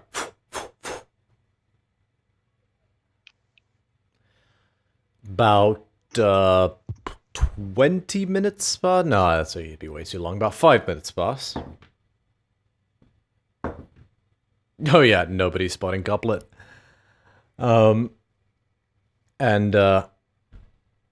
before you hear another and Bithynia's eyes unroll back, and she says, alright, so I think there's like 11 sheep left. They're in this pen that's just made out of rope and bone spikes, like a really shitty cage. There's 2 giants in there, a female one, I guess, and a male one. Female one's got this, it looks like a pet chicken, but, because she, like, pets it and then, like, says nice things to it, but it looks like a chicken and a really ugly lizard had a baby.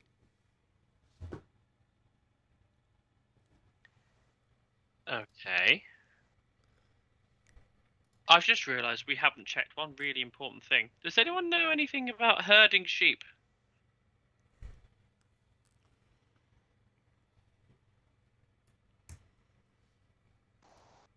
I'm gonna be real honest, no. I didn't grow up in a place where there were a lot of sheep that needed herding. I could herd people, maybe, but not I've read sheep. I've read the poems of Agathos the farmer, if that counts. Who? Never mind. Well, we can deal with... Okay, one option is sneak away with the sheep, but we might not be able to control the sheep and they might just wander. Or we deal with the giants and then the farmer can come up here and get his sheep back. We could always just, like, tie the sheep up or something. There's a ton of junk and crap back there. I think I saw most of a cart. We might be able to, wheel up or something and then, have one of us, like, pull it or something. I also have rope in my inventory, like 50 feet of rope. Yeah. Okay, I have rope as well. Okay, we'll just drag them back, I guess.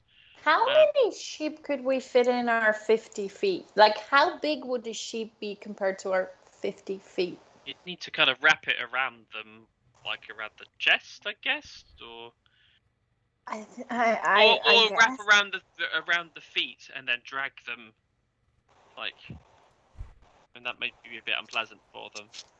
I could also polymorph somebody into a sheep, and they could just talk to the other sheep and be like, yo, we're stealthing out of here. And then they will just follow because it's sheep, you know. There's this saying about sheep when they cross something, you know. When the first jeep's over, the others follow. Can anyone talk to animals? I could maybe do that one day, but I can't do that right now.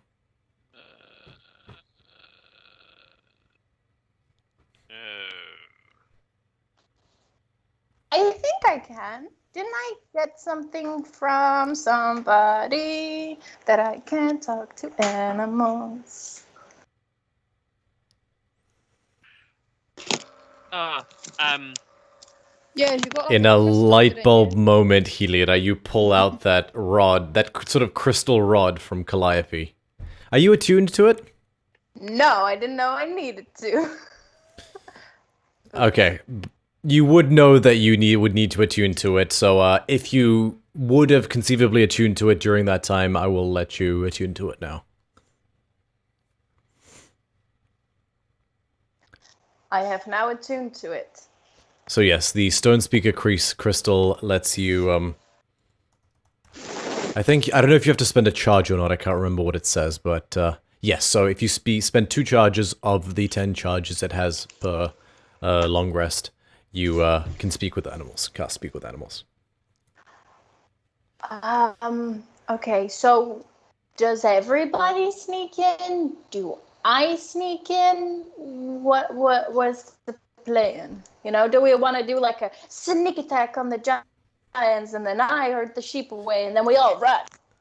I mean, I wonder how easy it's gonna be to sneak in. There's only one door that I can see. I can certainly keep them away from you while you herd the sheep. At least I think I could do that. And then, well, they didn't quite like my whispering, so I could just keep doing that to keep them at bay. As long as you don't drop grease on them, you're good. It's the first time I tried that spell. You know, there's teething problems.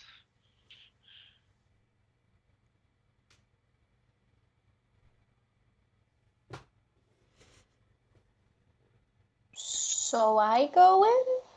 Do we want a distraction? I could maybe create a distraction. I guess. Do we need a? Well, I can make something big that would draw their attention. we could also try to negotiate. Like, I can make food. We can be like, you know, give us the sheep back. We'll give you food. See, I love that you think that, but I doubt they're gonna.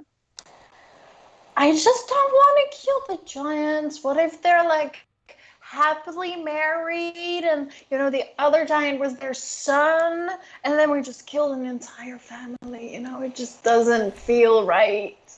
If that was the son, how big will the other ones be? That's worrying. Also, from what I've read, hill giants are matriarchal, and the females will take more than one husband, so, Oh, that's it's, a mood. You know, that's a strong woman. I don't want to kill a strong woman that can take multiple husbands. You know, that's a power move. Well, if you want to negotiate, I'm happy to back you up, no matter what happens. Do we want to try this? Do I want to? Is somebody? I'm leaving this to the powerful women. I'm just here for the ride. I just want to axe someone down. I don't. Whatever you decide. Well, I don't want to say that we have to do something. I want everybody to agree to it. You know. I'm ready to if things go south, but let's if you want to give it a go. The worst that can happen is we'll be fighting them anyway. Okay. I'll slowly start walking into the camp, I guess. All right. Bithynia, I guess, will follow you. Are you all following her? Yep, Scotinas will be as well. Okay, so tell you what. So as you guys get close, I will go ahead and reveal the map. This is such a bad idea. And Your idea. Do you know what I mean? I know. So- it's not my idea. It's what my character would do. As you guys sort of step beyond the marble pillars and into it, you see basically a little courtyard that's been formed as a result of this, where in one section you see a large pit in the ground that's been filled with bubbling mud. And one male hill giant sort of just about getting out of it and just stares and grunts at you guys as you step in. Where underneath the canopy you see just almost like a bunch of cushions, but they don't seem to be cushions, they seem to be more like furs and carcasses and things, like just a awful smell just assaults your senses as you guys step in here. There's a huge bonfire in the middle. As you step beyond the threshold, you look to one side and just see a huge pile of bones in one corner.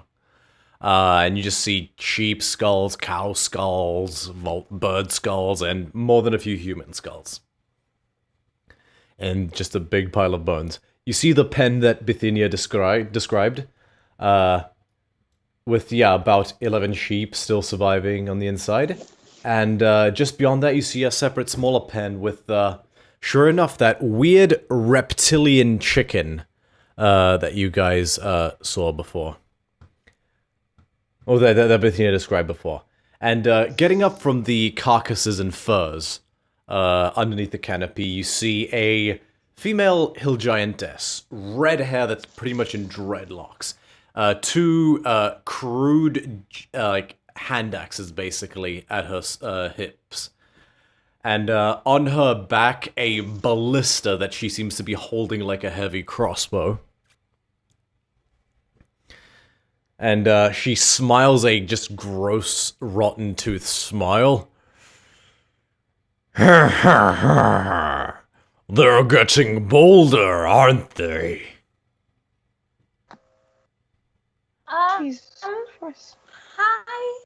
We came with an ultimatum, a plan, a trade.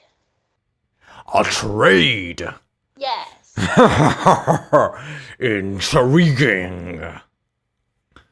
You know, You're a pretty one, aren't you? I wouldn't say that. Have you seen my friend Amalia? She's extremely pretty. Anyways, getting off track. Indeed, she would make fine undergarments. Oh, I'm ready to kill this bitch. Okay, but can I try first? I know this is an extremely bad idea. Okay. I think this was an extremely bad idea. I'm sorry, Amalia. Look, don't sell yourself short. You are a negotiating genius. Bardic inspiration. Deception check as well, please. Deception? I'm being genuine. Okay, fine. Fair I enough. could do persuasion if you prefer. So, I would say you guys are kind of about here at this point. Is that fair? Or, yeah, about that. I'd say that's... Is that fair? That positioning?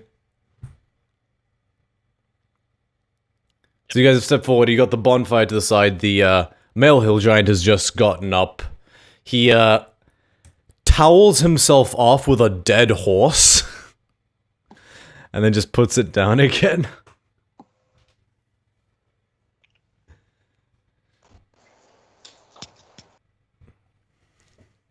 I'm going to just, nod and kind of gesture.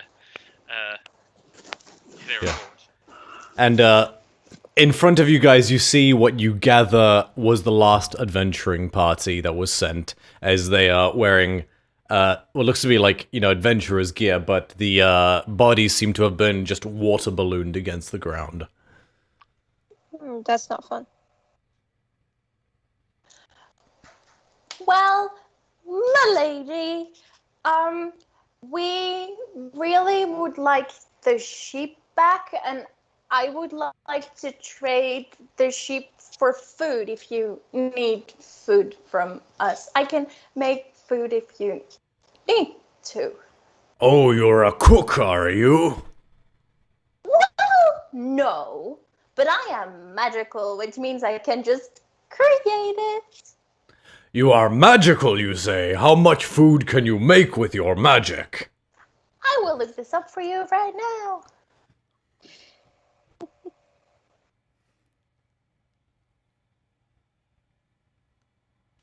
I can make you 45 pounds of food and 30 gallons of water if you need. How often? As often as you Today? need. Well, I can make it every day if I need to. Every day? If I need to, if I've gotten like a good night's rest, you know, and I'm not dead, then I can do it almost every day. But Very well. You know- I accept your offer. You will live as my pet, and you will make food every day. And yes, I will return the sheep. Insight check.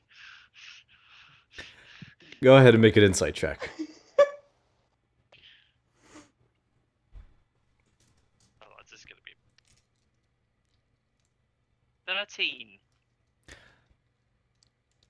She doesn't seem to be lying about giving the sheep back. Okay. But she is telling the truth about the deal she is prepared to Oh, accept. yeah, that's fine, that's fine, it's okay. You're doing really well. I don't know what to do. I don't, you know, ma'am, you know, you're a lovely woman, and I really Let's get the appreciate sheep you. out now, and then we can No, go from there. okay, well, take the sheep. I really appreciate you negotiating with me, but you know, I just got out of a really bad situation where I was. She takes a like, couple steps forward. I really, you know, I don't really feel like that, you know?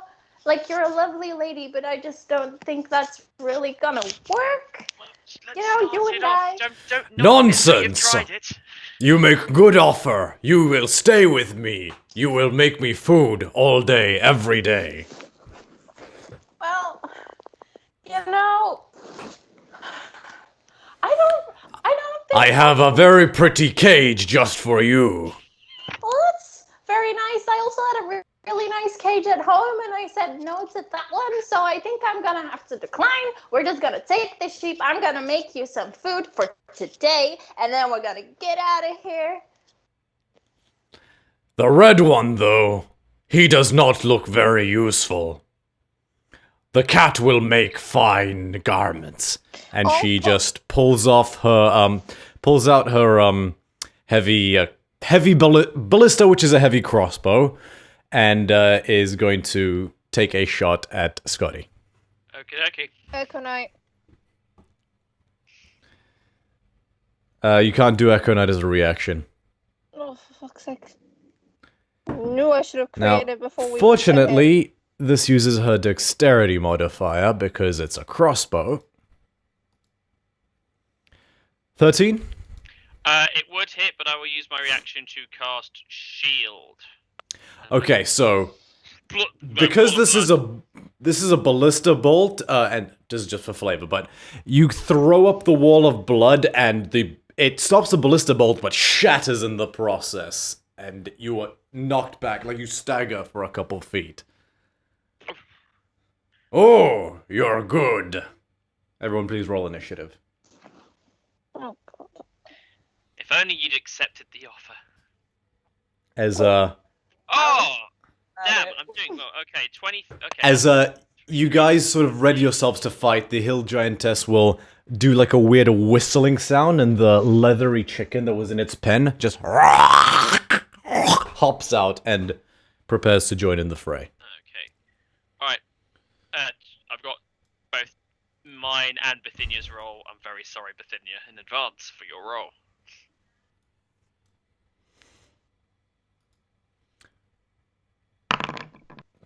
Oh, Jesus. There we go.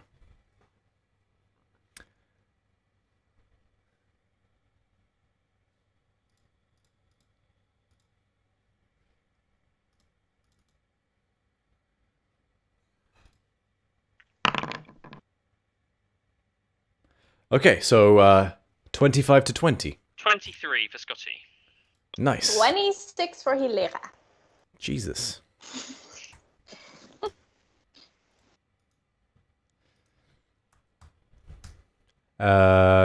20 to 15.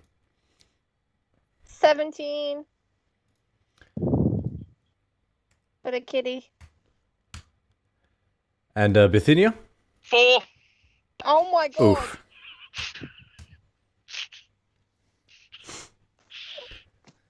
Sorry, the rest of us are In- okay.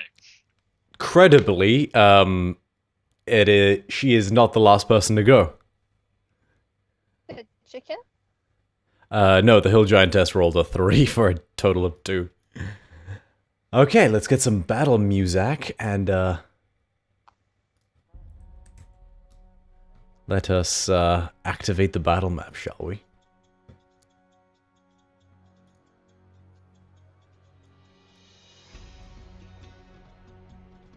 Whoops, just changing the camera angle. Cool.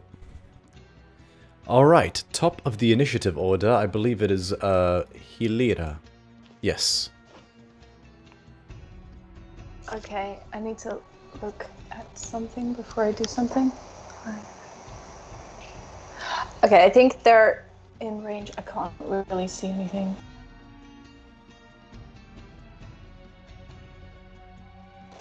Could you tell me if one of the hill giants is in my 60-foot range? Because I really can't tell. They're both within it. Yeah, they're both Okay. at 35 They're feet. both 35 feet away. In fact, one is 30. Well, one is technically 35 once you go around the bonfire. But yeah. Okay. Oh yeah, bonfire with the fire included is like 15 feet tall. It's a big fire. I'd like to cast banishment on the female giant. Okay. That is a charisma save, I believe, yeah? Yes, a 16.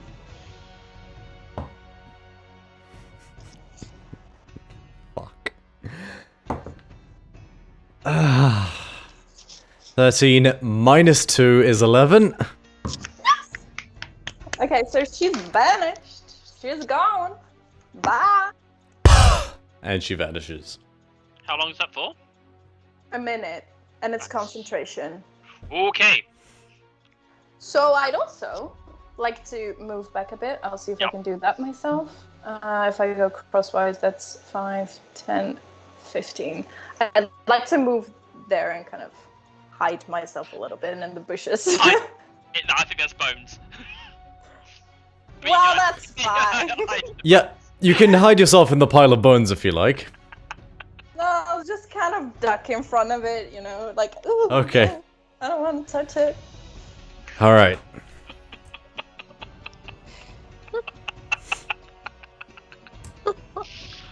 Oh, yes. Yes. Alright, anything else, Hilira? No. Okay, Scotty, it's your turn.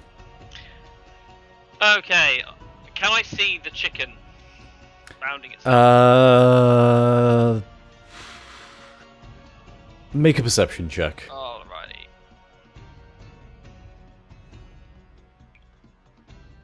$18? Just about. It's sort of, you can sort of make out like little bits of movement from beyond the sheep pen. I don't trust this chicken. It looks like a bad chicken. And I don't think that the spell I was going to cast at the giant would be very good at the giant. So instead, I'm going to cast Hemorrhage at the chicken. Okay, what saving throw is that? That is a Constitution saving throw. This is another blood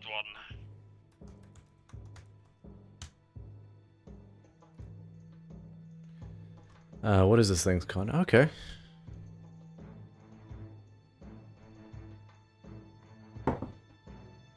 Uh, 15?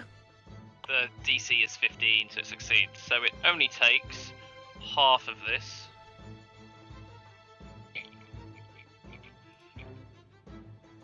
So it takes 8 necrotic damage. Okay. That's it. That's all that happens on that. And as a bonus action, oh no, Amalia's still. No, actually, as a bonus action, I'm going to inspire Amalia and go. All right, Kitty can go play now.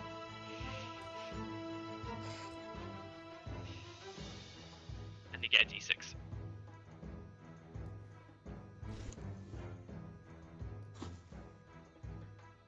that is me. I'm gonna stay where I'm standing. Okay. Very well. So, Male Hill Giant is gonna... See, he's dumb, but he did just see Hilira visibly cast us, like, do something and recite something, and then his wife vanish, so...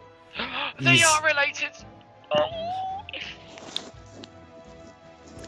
I'm gonna say that the Hill Giant isn't dumb enough to just assume that it was like there was no correlation. So he's gonna just yell, "Roar! Bring her back!" He's gonna 5, 10, 15, 20, 25, 30, 35, 40.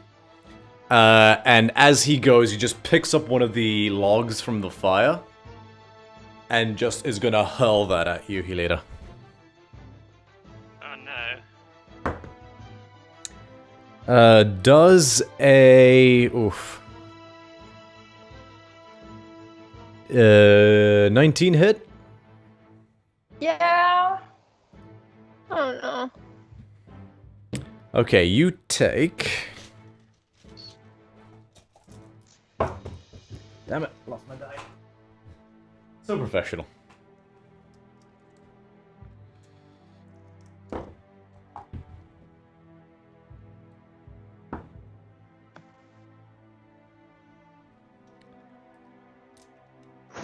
"23 points of bludgeon damage as this veritable tree trunk just wallops you in the shoulder. You just feel the arm come out of its socket for a moment before it comes back in.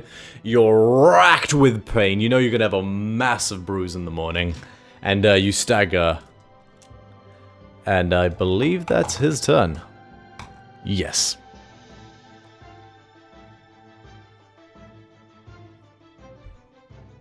I would need you to please make a concentration check, Hilira. 14. 14 on the con check? Yeah. So you took, how much did I say? 23, right? Yeah. Okay, so round So down I'd to have 22. Half of It's 22, Is 11. Yeah. so you succeed, you maintain banishment. Whew. Warcaster.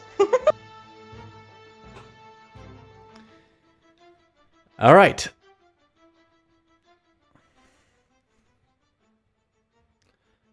And that will be the end of the Hill Giant's turn. Amalia, your turn. Kitty cat can play now. Yay!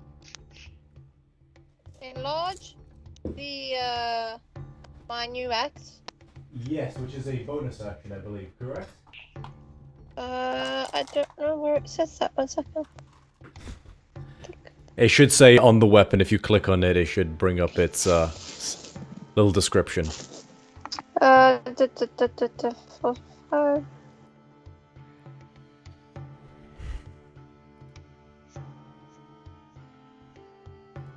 I gain 1 bonus to attack and damage rolls with magic weapons. Yeah, it's a bonus. Cool, action. easy enough. Cool, so just making a note of that, it's your bonus action. How many attacks would you like to take? 3, if I can. Yes, but... So, in order to take 3, you'd have to use your action surge, and at that point you get 4 attacks instead of just 3, so... Yeah, that's fine. Makes Okay. sense since you only get 1 turn to do the damage with that blade. Cool. So, he just... Roar, this big, fat giant just stares at you, Amalia, and then his, like, face audibly gets a little... Visibly gets a little crestfallen, as your axe just...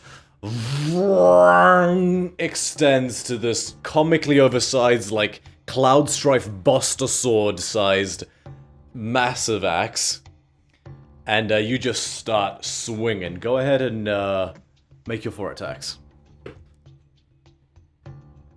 Okay, 11 for the first one. I doubt that hits. You can 11 use the total?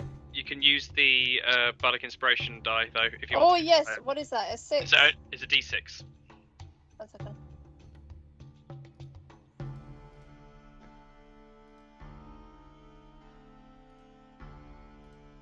Okay, that's a 15 altogether. 15 does hit, 11 would not have. Aye.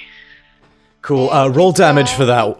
Roll damage for that one, which I believe is 3d12 instead of 1d12. 3d12. Okay, the first one is 18.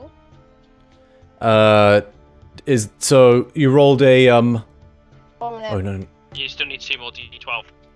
yeah, so... Cool, so 8, oh Jesus, this is gonna take 1 turn.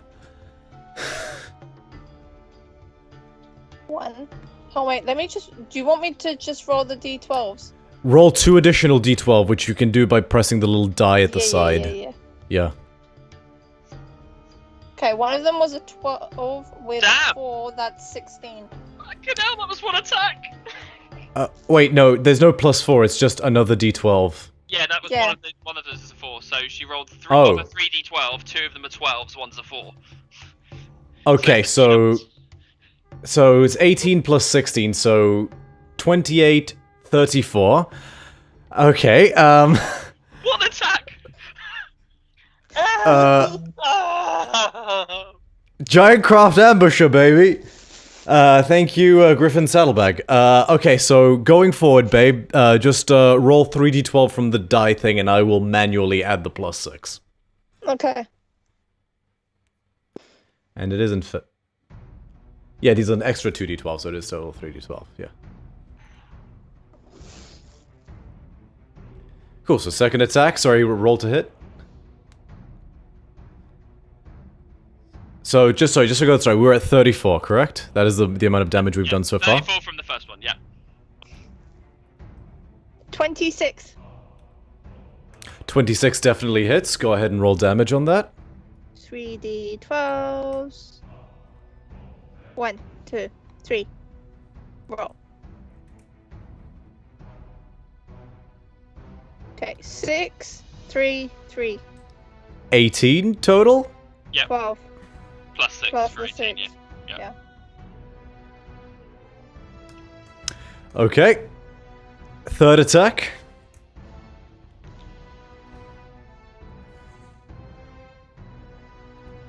Yeah. 17. 17 does hit. And then 3 12s. 1, 2, 3.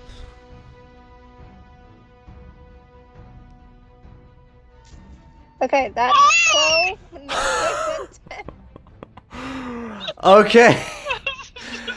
So, a further 37 points of damage. You've currently done 89 points so far. Okay, this is good, because now I know how, difficult I can make things for you guys going forward. Oh. Wow. I love my new axe. This is great. Yeah, you're welcome. So what, we had 37, right? Yeah, 37. Okay,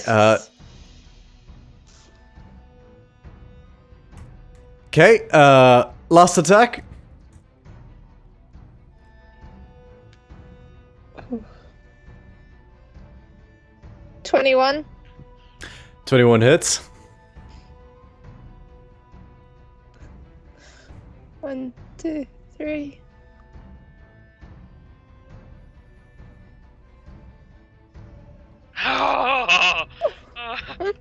That's 121 points total. Wow. Okay, to be fair, I've seen some Paladin level 8 Divine Smites do that, Oh, jeez. with some lucky rolls. So, okay, so that's 26 plus 6, so 32. Should come to 121, I think. Okay. Jesus Christ. Oh god, I lost, so, yeah, 32, so...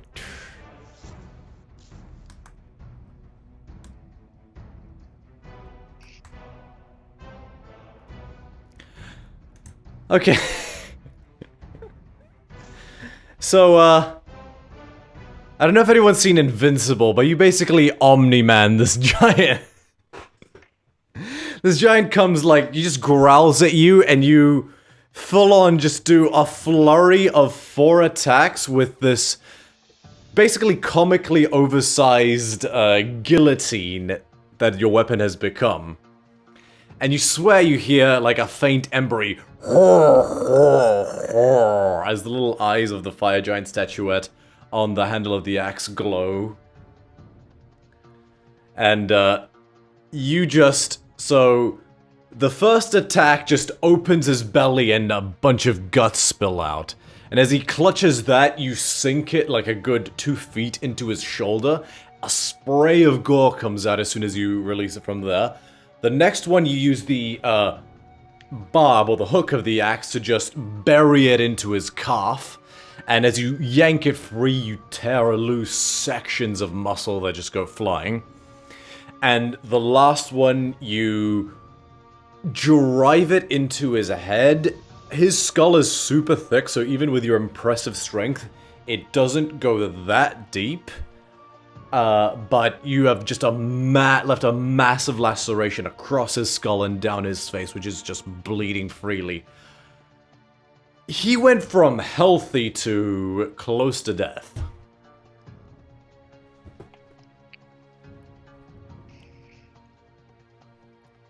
That was pretty damn good. And as you finish that, Amalia, the axe shrinks back to normal. Precious. Precious.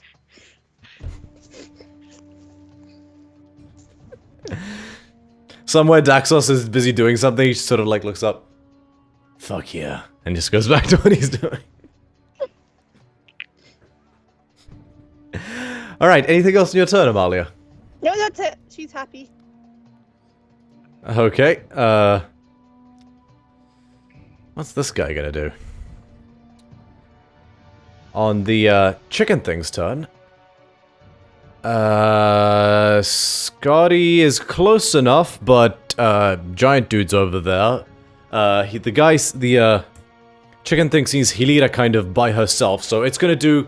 You know that little fluttery flight chickens do? It basically does one of those and...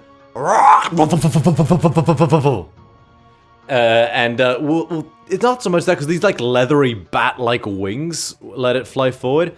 If you like, Hilira, I will let you do, I'll say make an Arcana check, if you like.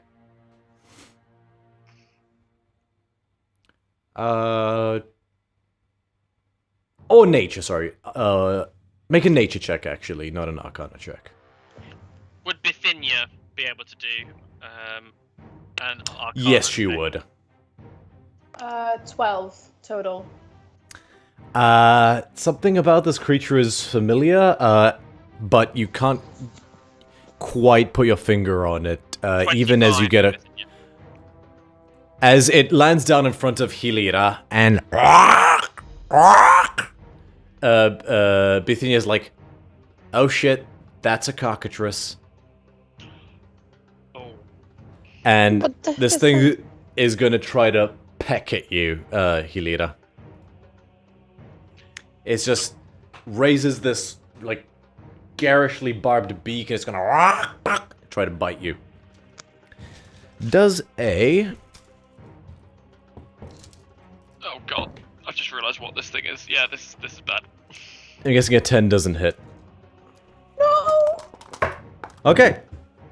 So, fortunately, you are Hilira, Cleric of Ronos, and you just kind of, like, jump back a step as its beak just hits solid ground. And, as it rears up again, you watch as, a little bit of, like, spittle drips from its beak, lands on a blade of grass, which seems to turn grey and stop swaying in the breeze, becoming perfectly rigid. I think it only gets one attack. Yeah, that's its turn. Next up it is Bithynia's turn.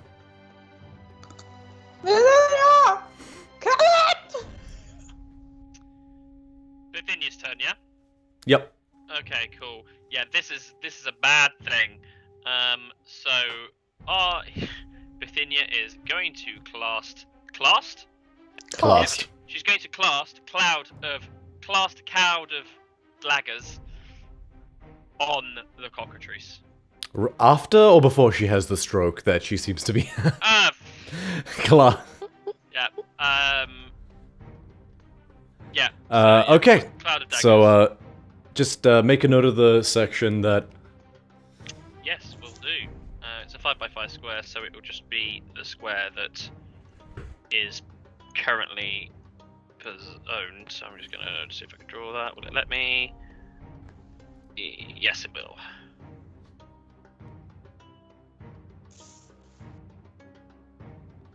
And I'll get 3. Right. Yeah, on the chicken. Okay. Good to know. And within you will also then take. It's only going to move. It's just going to move 5 feet to the right, just so there's a little bit of distance from the big giant. But I can still see the crocodiles. Very well. Hill Giantess's turn. I don't think she gets to repeat the saving throw with banishment. She's just gone, right? Yup. So she will spend her turn just wailing at the walls of the demi-plane that she is trapped in. She's fine. There's unicorns there, probably. She's probably killed the unicorns, no offense. Oh. Well, okay. It's more like just like a void that has invisible walls than anything else. You hear in your head. Really, really overly happy music just playing from a really cheap tannoy sound. Yeah. You hear in your head, Helira, a familiar voice say, "Dear Lord, she has a foul mouth. You do not want to know what she's saying right now." And, top of the initiative order is your turn again, Helira. Oh no, I don't know what to do. There's options. Well, okay. You've just watched a storm of tiny, knives made out of, magical energy, like constructive, like hard light energy, turn into a tornado on the cockatrice in front of you, so you have that as well to inform your decisions. Wondering if I should run or just try and attack it. I don't know. I'll attack it. I'll use my... I'll do a 3rd level guiding bolt.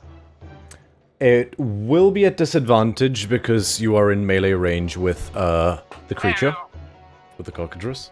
Well, then I'll still do it with disadvantage. Okay, go ahead and make an attack roll with disadvantage.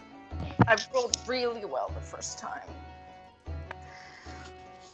No! I rolled a 1! Oh! I'm pissed! Okay. I'm gonna do something here. Oh, I don't like that. I don't like that wording on that at all. Oh, Roll a d6. okay.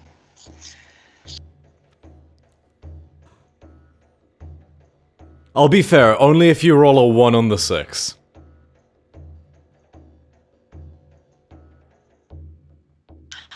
I rolled a 3.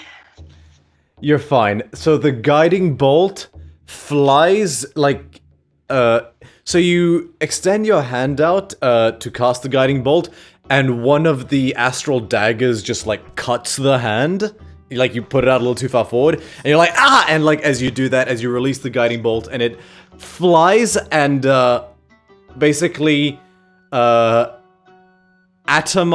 the ground right next to Scotty.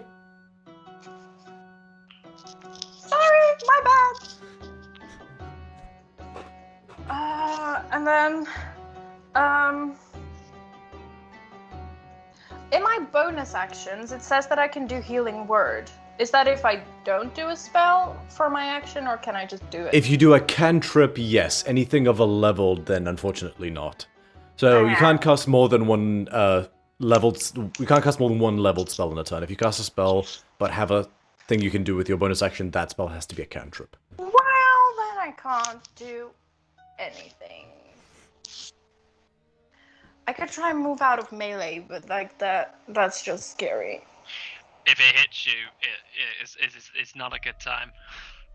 Yeah. You don't know that. You don't know that. But if I stay, I just don't want to get hit because it will mess with my concentration. That's more the thing.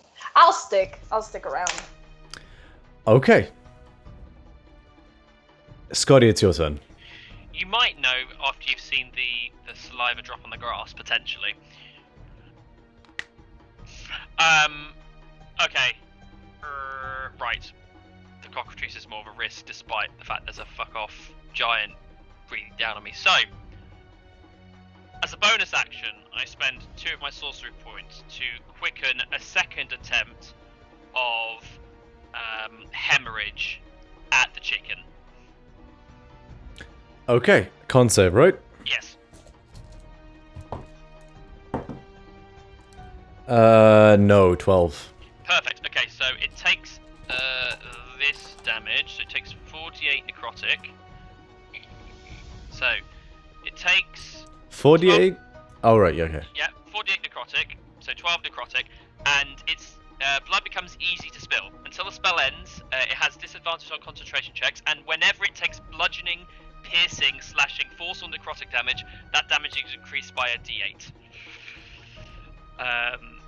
Okay. Cool. I'm assuming it has blood, by the way. Yeah. Yeah, cool. It is a monstrosity. It is very much a corporeal, live creature. Cool. And then as my regular casting, fuck, I don't know. I'm gonna. Oh, I know. Just for the hell of it, I'm going to cast Hemokinesis at the giant in front of me to attempt to push it back 5 feet into the bonfire. Is there a limit on the size with hemokinesis? Oh yeah, that wouldn't work. It's size medium or smaller. This thing is huge, unfortunately. Yeah, that is true. I was about to say. Tarask! I push it. Really? Yeah, very good point.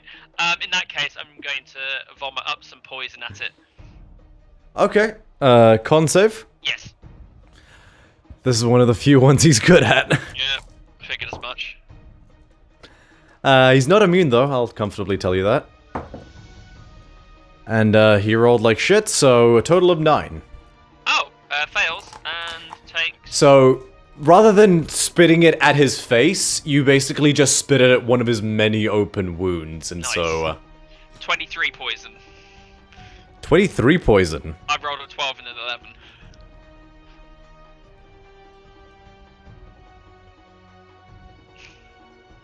Sorry, math is hard. He's looking real rough. And I'm not going to move because that would provoke an attack of opportunity, so I'm going to stay where I am. Okay. So... He is pissed off. So he's just gonna look at you, Amalia. Roar! And he's gonna make his first club attack against you.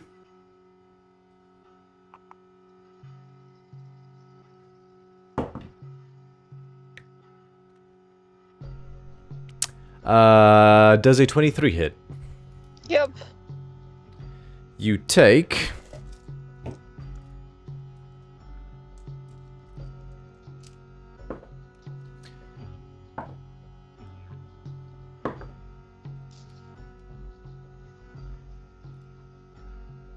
Sorry, 20 points of bludgeon damage.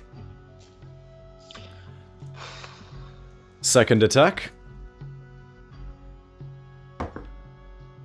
21 to hit. Yep. You take...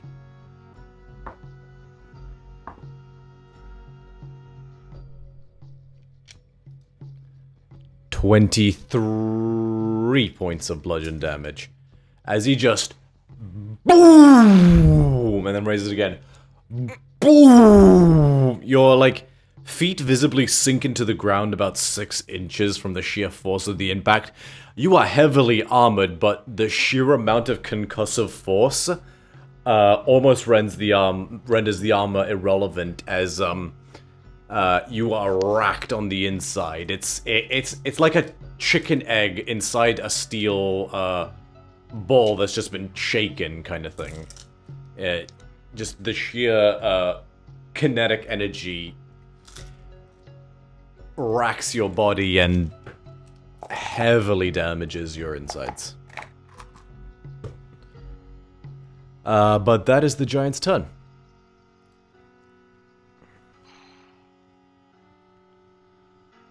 Marley, it's your turn. Okay, 1 second.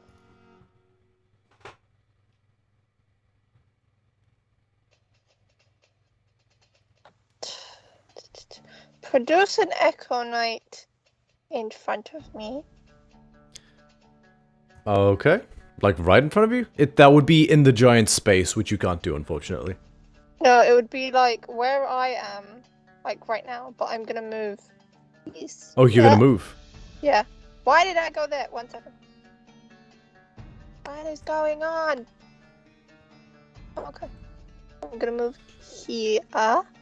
Okay, he will take an attack of opportunity as you move there. But I will put that echo here. So he takes an attack of opportunity. As you sort of run to flank him, I guess, he will turn and swing at you. Does a 24 hit? No. Question though. Yep. Because I've produced the Echo and I've got, what's it called? Centaur attack? Sentinel, yeah. Yeah. Can my Echo not attack it? Because it's been to attack me, if that makes sense. Unfortunately not. I was looking up the wording of Sentinel. Let me double check actually what Sentinel says specifically Sentinel's about great. that. If it tried to disengage, you still get to attack it. But there is something about if another creature attacks, but let me double check the wording, because the Echo is in tech... When a creature within 5 feet of you makes an attack against a target other than me. Never mind. Yeah, so the Echo is still you, unfortunately. It's not a separate creature, so Sentinel wouldn't apply to this. I was looking up, I can't remember what it's called, like Mike Miles' Twitter, I think specifies this sort of thing. Because I was, it is an interesting point. Yeah, no, but not Sapphire also, Sentinel, regular Sentinel. There's also Manifest Echo, which says when a creature that you can see within 5 feet of you moves at least 5 feet away. So you can take opportunity attacks from your Echo as if it were you. That's fine. But the specific part of Sentinel that says when a creature within 5 feet of you makes an attack against a target other than you, that part doesn't apply because the Echo is not a target other than you. The Echo is still you. Yeah, but then I also have where is it? Oh Jesus Christ!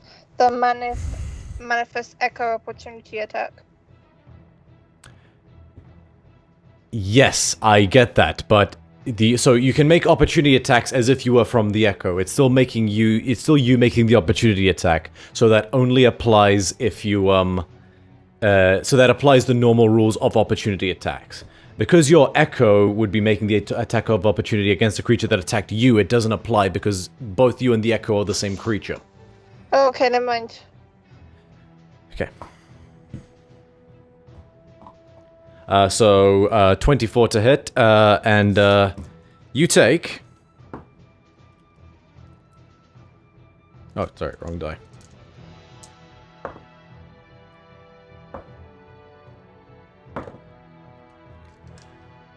Um, 23 points of bludgeon damage. Jesus Christ.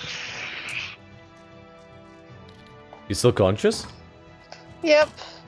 Barely. Jesus. Yep. Okay, but you have the rest of your turn as normal.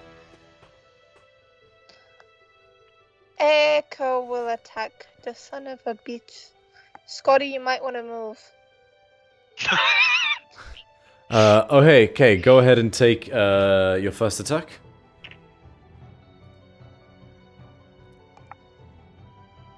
23. 23 definitely hits. Go ahead and roll damage. 7. 7 total. Mm-hmm. Okay. Go ahead and make your second attack. 23. 23 hits. Go ahead and roll damage.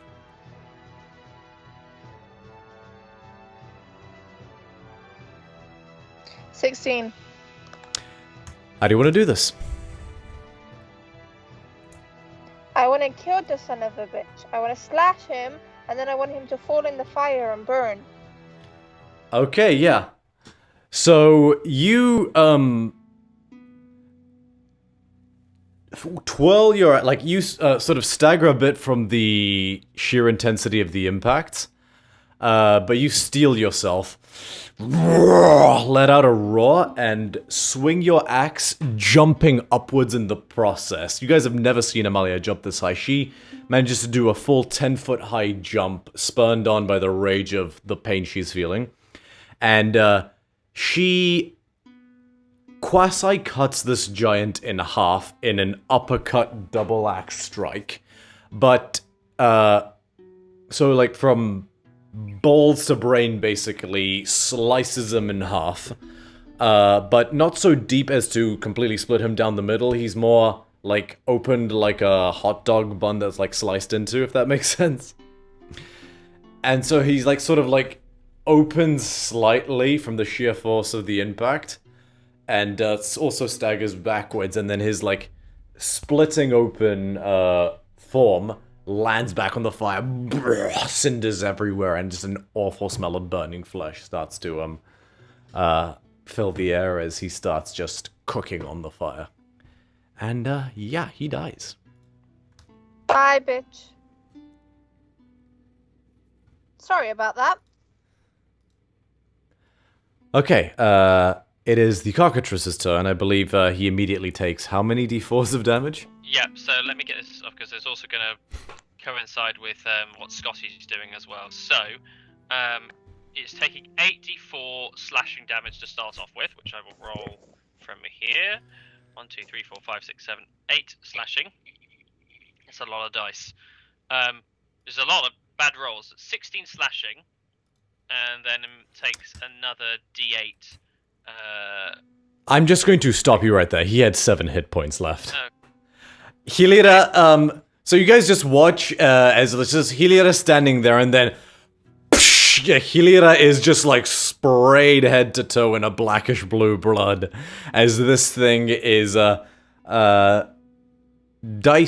diced into rice grain sized pieces. It's like in the horror movie where you see someone's reaction shot and then they get hit in the face with a wall of blood. And so yeah, you are just like splattered head to toe, Hilira. Does this color look good on me?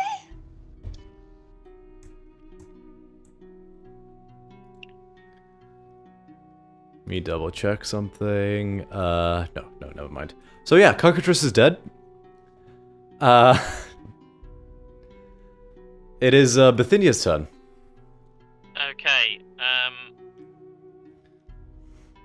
there's no need to still have Cloud Daggers up there, so instead,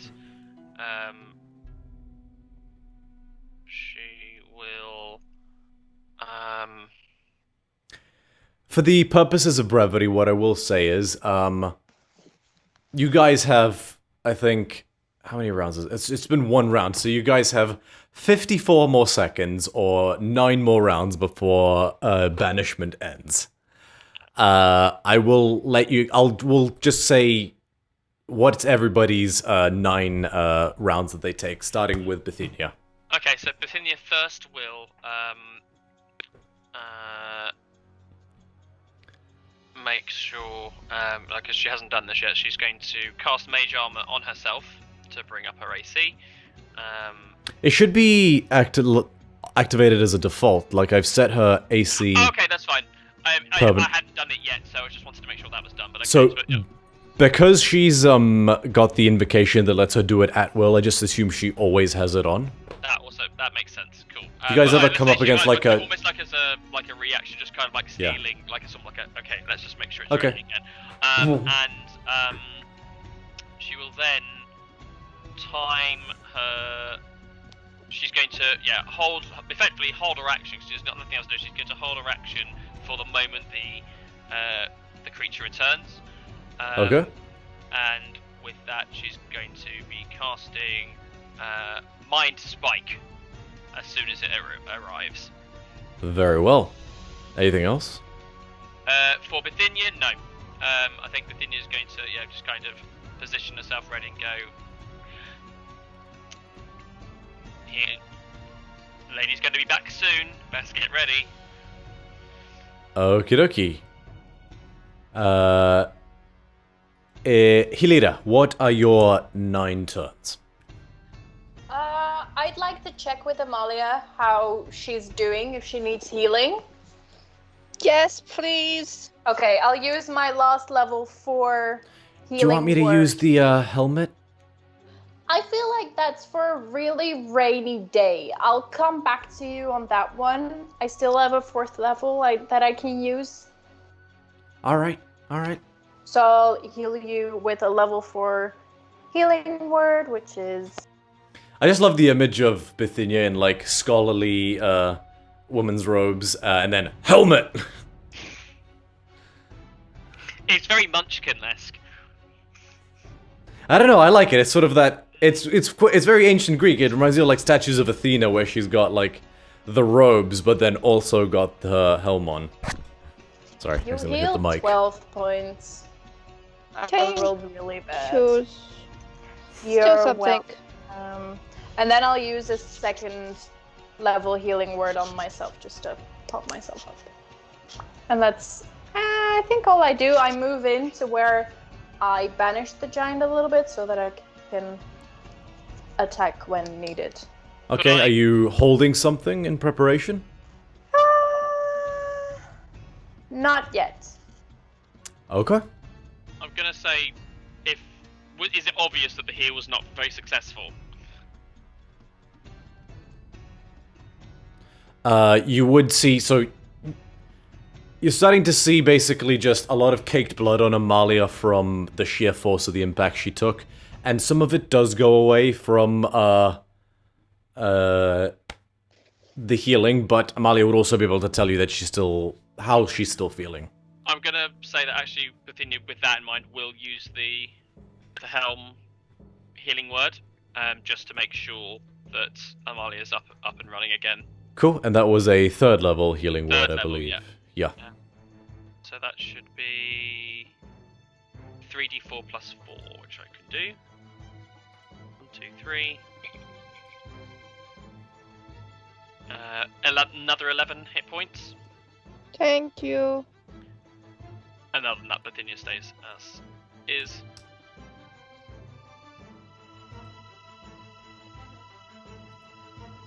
Okay. And Scotty, what are your 9 turns? Okay, Skosinos is also surprising, by surprise, is also going to cast Healing Word. Grabbing the horn and sort of biting down on his tongue, and then blowing on the horn in Amalia's direction. I'm going to cast it at 2nd level, so nothing super fancy. But you heal another 9 hit points. Thank you. So as he blows his horn, in the midst of the horns you hear a sort of almost sort of fey-like discordant voice that seems to come out of the horn that just says, "Go back inside." And then you just watched as, unbeknownst, your blood almost seems to retreat back into your wounds, and then they close up.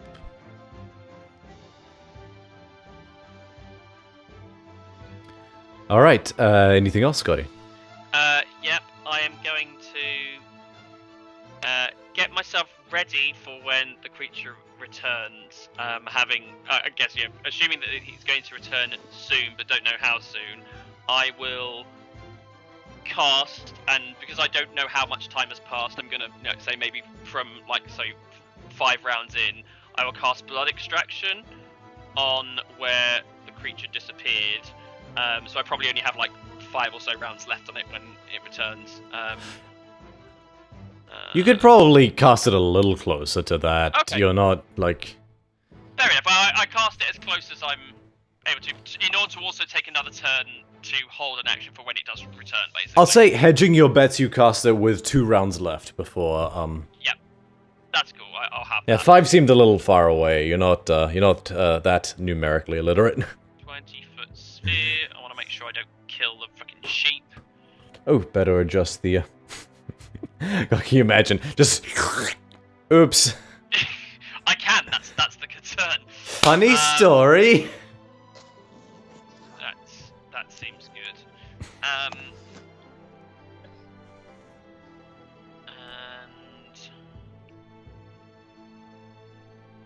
I will, hold my, so I'm going to hold my action until the creature returns to cast another spell. I Okay. think I'll move myself as well so I can see where I'm going to be. So I'm going to end up being, I think about.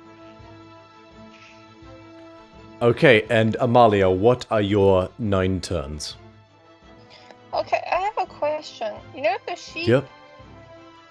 Yes? Can we not lead the sheep out? And would they wait for us or no? You don't know. Oh, I don't like this.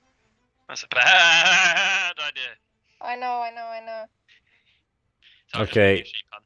Roll a d6 and subtract it from your next attack roll or saving throw. Oh! It was a woolly bad idea. Keep talking, that just became a d8. It's worth it. Okay, fair. Okay, you see how that dead person is near the sheep but is in the blood? Yes? Circle? Are there any other dead people that are not in the blood circle? There's that spatter of bones. The other ones seem to... They're in a few different places. One of them's kind of painting the wall. Another one's just on a spike at the back. But there's no others in that circle. Okay, can I pick up the ones that aren't in the circle and just gently place them outside? That aren't in the circle and place them outside. Mm-hmm. The dead bodies. Yeah. You'd have time to do that. You're strong. Okay, I'll do that. So you just run, grab... So, just doing some math in my head. I'd say you'd be able to do 2 of them, because you're not as fast dragging the bodies. Okay, that's fine. Okay, so in the minute you guys have, Amalia is able to put 2 of the bodies outside. And so that would bring you to being over here, Amalia. Without any... And that's the end of your turn. Okay, so at this point in time, I will say that banishment wears off, and the hill giantess reappears. And she had readied an action, basically, at this point, waiting. And so as soon as she rematerializes, she is going to just take her 2 hand axes and 2 attacks. I say hand axes, they're great axes, but in her hands they're hand axes. So she is... Yeah, they're gonna both go towards you, Hilira.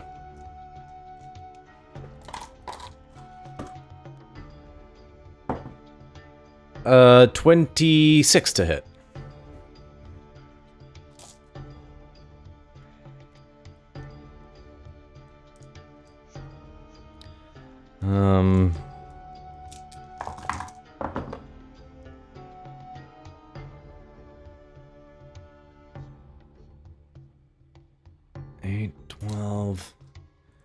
17 points of slashing damage as the first great axe just careens into one side. Second axe throw. 18 to hit. That's my AC. 6, 9, 14 this time. Slashing damage. And that was her held action, so now it is a new round. Top of the initiative order, Hilira, it's your turn. Would anyone else get their held actions? Yes, sorry, everyone gets their held actions now. So, let's just go in order. Hilira, did you have a held action? You said you did not, I believe. Scotty, you said you had a held action. Yes, it's going to be a casting of Gore Spike. Okie dokie, con save? Yes, it is. Okay, so that's an... So she rolled an 11 plus... Really not proficient in con? 15? That's just enough. So Okay. no damage on that. Okay, Okay, anything else? That was my held action, so... Okie dokie. Amalia, you were that far back, so you had no held action, unfortunately. Bithynia's held action. Yes, it was going to be Mind Spike. Okie dokie. So, that is a wisdom saving throw. You know. Cool. 10 minus 1, I believe. Yeah, 10 minus 1. 5d8 psychic.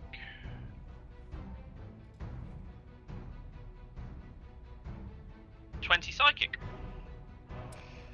Yeah, so Bithynia this time just sort of stands to her full height and like holds her arms out at her sides, almost like Frieza. And you guys watch as a sort of glyphic glowing blue third eye opens up on her forehead here. And she just, her eyes suddenly narrow. And you hear like a woo sound that makes you guys all like foggy headed for half a second. And the giantess like just clutches her head, keels over for a second, stands up, her like the capillaries in her eyes have exploded, and so like the whites of her eyes have become red. 20, you said, yes? Yes. Okay.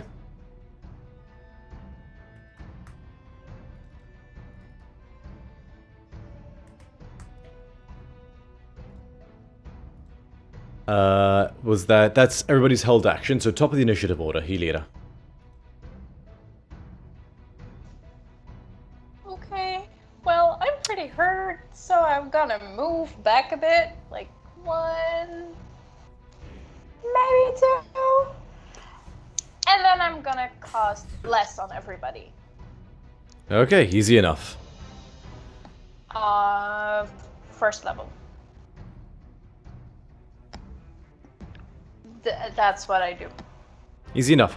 So you trace the glyph in the air, slam it into the ground, a wave of light goes out in all directions, and you guys have a sparkly aura about you guys, and just for a second you see these little, ethereal, flapping bird wings by each of your ankles that immediately vanish. So you're casting it at second level, what level? Is casting at second level so that it hits... I think it's first. Yes. So you can affect 3 people, so are you choosing not to affect yourself? Good. Just double checking. Second level and bless myself. Yeah, that's Okay, better, totally I think, fine. thank Just you. clarifying. No problem. So, right, yeah, all of you are blessed. Anything else? No. Very well. Scotty, it is your turn. Okay. I am going to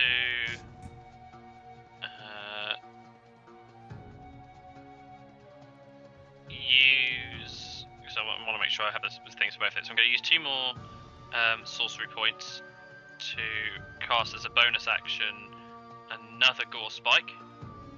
In fact, actually, sorry, no, I record that. Blood Boil. Okay. Con save again, yeah? Yes. 23. Yep, succeeds. And I will then, for my action, I'm actually going to hold my action until, and the trigger is if she gets closer than 10 feet to me, I'm going to cast another spell. At the end of my turn, I'm going to stay exactly where I am. At the end of my turn, another con save for being inside the blood pool.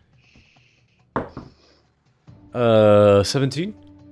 17 succeeds, so it is half of. So just cast there. Make sure this was right there as well. So 1d6. Just need to make sure I get this right. When you cast it, it's the fourth level. It's only third level, so it is 3d12 halved. Oh no, sorry. How much is she above or below the half mark? She is above half mark. No problem. Then it's half of this. So she takes 6 or 7 necrotic. Okie dokie.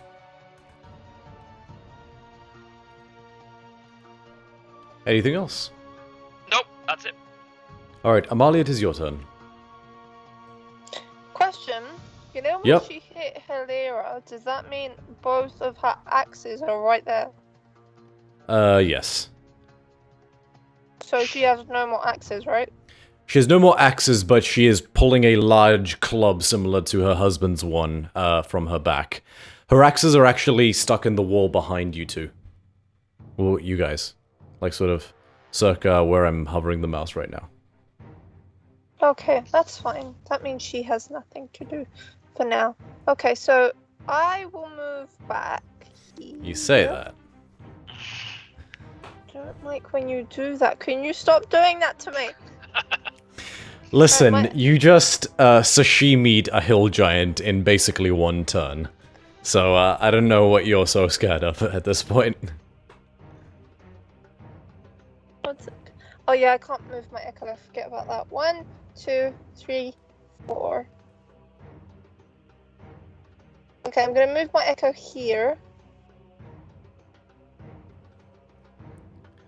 Okay. Thank you. And then, the only thing I can do, because I don't want to go into Scotty's blood pool, is... Where is it? Does your echo technically have blood? No.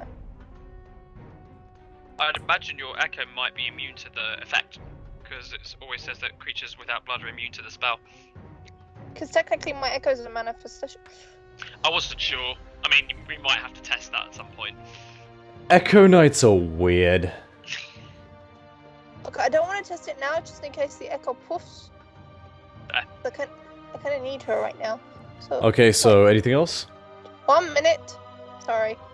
I didn't mean to shout Don't at get you. snappy with me. I just said sorry. Okay, continue. I love you. Please don't kill my echo.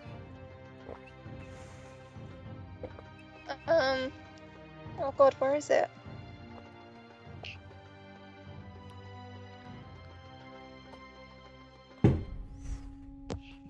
Question, you know how I can do Daunting Roar on myself? Can my echo do it? I'll say yes. Yeah, I'll do one of those, please.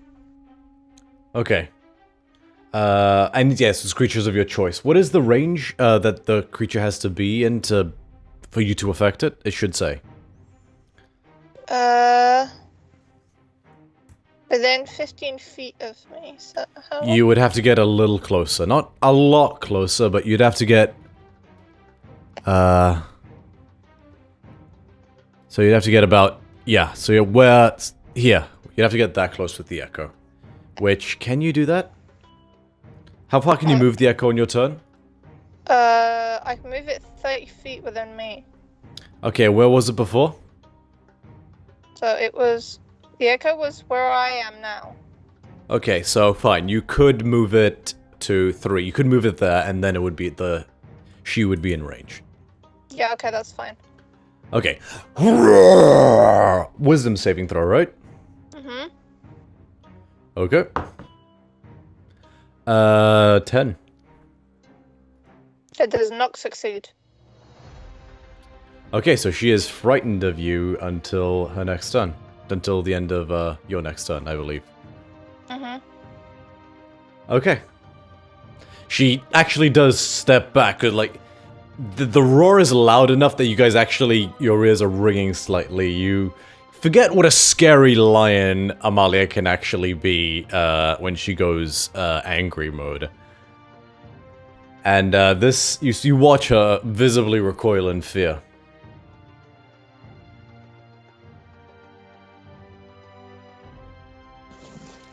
Anything else, Amalia?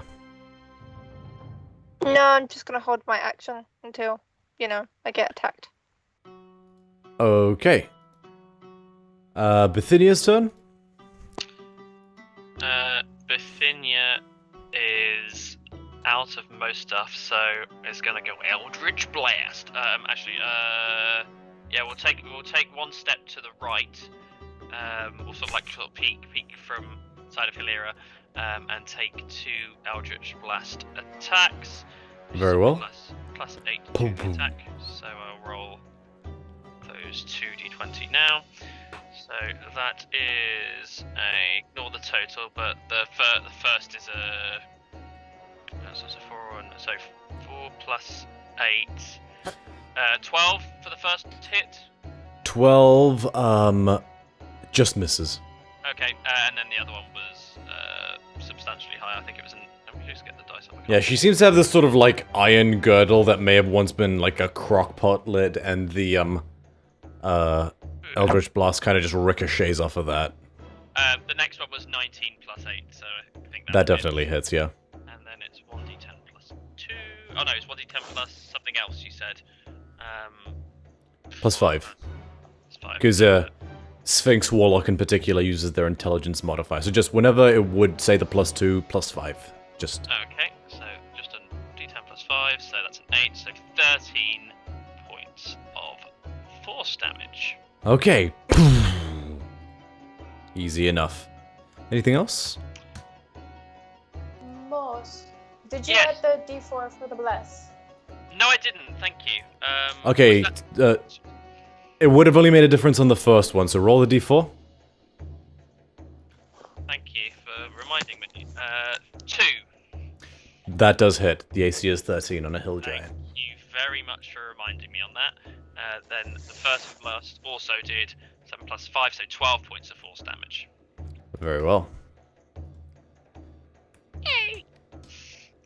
Cool. In terms of other attacks, there's nothing else of use. Alright, on her turn, she... Whilst frightened, she can't move closer, right? That is the nature of the frightened condition. So, she is going to 5, 10, 15, 20, 25, 30, 35, 40... Just put some distance, and then...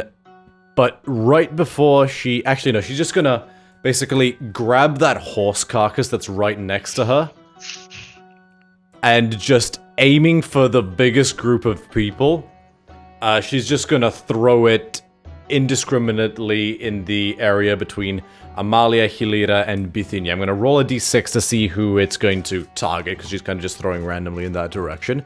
1 to 2, Hilira. 3 to 4, Amalia. 5 to 6, Bithynia. 6, it's gonna target Bithynia. Yep. Does a... I believe, yeah. Decent modifier. Does a plus... does a 17 hit Bithynia? 17 hits, yes. She takes... For the record, this is still just the rock attack. I'm just flavoring it. Also, I'm gonna say that she parked Plummet, like, a little bit away, rather than having... Yeah. Just for the sake. We'd all completely forgot it, let's be honest. Okay, so... Where is my... I believe it is a d10 that I'm supposed to roll, right? Yes. So, Bithynia takes... Ooh. 26 points of bludgeon damage as a horse carcass slams into her. And just knocks her on her ass. Just... And she's now just pinned under the horse, and I will say prone. Okay. That will end the Hill Giantess's turn. Top of the initiative order, Hilira. I'd like to cast Mass Healing Word. Nice. 3rd level. So, everybody will benefit from this. You trace a glyph in the air and let out a single sort of almost sort of choirous ha sound from your mouth, and a flock of astral or ethereal, sparrows just fly out from you in all directions, and they soar and flutter around, and just as each one of them goes inside one of your companions, a sort of dull wave of light seeps into them, and a little bit more of their wounds close up, and after about like a dozen or so sparrows have flown, the spell ends. So how much do they each heal? 9. Which is the max for this spell. I'm really proud of myself. Nice.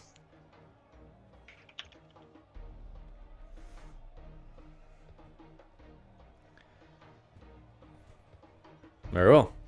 Anything else? I believe that is a bonus action, correct? You still have your action. What to do? I could do a cantrip. Cantrip? Yeah. Cantrip. Okay. How far is she away from me? Not terribly far, I think. Yeah, he mosses on it. 40 feet. 40 feet. 40 feet. Okay, I'll cast Soul the Dead. Alright. Bong! A gong rings out. Wisdom save, I believe, yes? Yes. Natural 19 for 18. Ah, that saves. The one time she succeeds was against a cantrip. Did they take half damage or no damage? Sorry. No damage with a cantrip, unfortunately. Ah, dang it. Well, I'll pout. To be fair, it's not like she was rolling really well before now. Well, that's my turn. Okie dokie. Scotty, it's your turn. Okay. How bad does she look at the moment? She has taken some wounds, but she looks okay. Alright. I'm just eager to get her away, I think. You so you realize that 5, these 10, 15, creatures are 20, quite 25. tough and chunky. It's just that to cast second level dissonance. No, I'm going to do a 3rd level dissonant whispers. okay, wisdom save. And Am I'm I going to- audible? Oh, I've lost you. Yeah, we can't hear you. Okay, I don't know why I was muted. So Oh god, how long was I out for? no, you're Wait, fine. so if I You do weren't the... audible Okay. very long. Okay, very good. Oh, I forgot what I was gonna say. Okay, so it was a wisdom save, I believe, yeah? It is, yes. Natural 19 for a total of 18. Whoa, done well. So only takes half of this. So 10 psychic damage. Copy that. And then I'm gonna cry and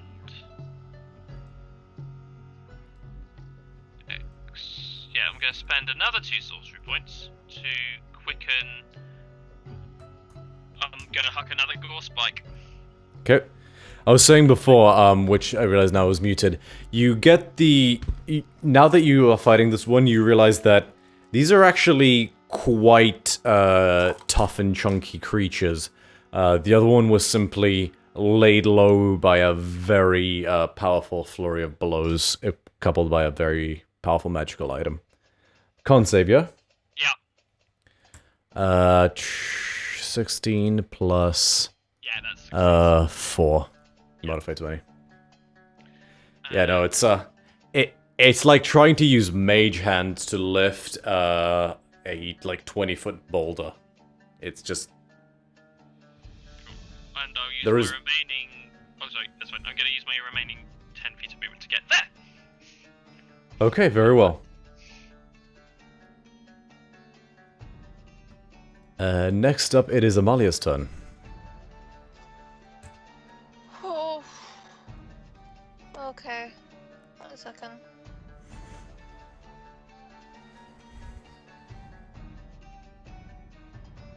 I'm gonna move here.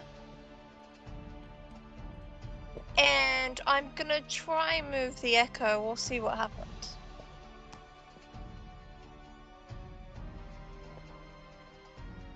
So 5, 10, 15, 20, 25, 5, 10, 30. 15, 20, 25, 30. Did it survive walking through that? Let me think about that for a moment. From the spell mechanic, it only triggers if at the end of my turn. So... Oh, it only triggers at the end of her turn? My turn. Oh, your turn. Then either way, it's irrelevant then, because she's out of the area. See, because rules as written, the Echo is meant to be you in another timeline. But because Dunamancy is not a thing in Theros, I've reflavored it to be more like a Naruto shadow clone. She's dividing her soul slightly to create an astral ghost copy of herself. So, going forward, Sure. Going forward, I will say no. Stuff that affects creatures with blood does not apply to the Echo. That's good to know. Okay, another daunting roll if I can from the echo, please. I think it's once per long rest. Double check. 1 second. It'll say on the ability.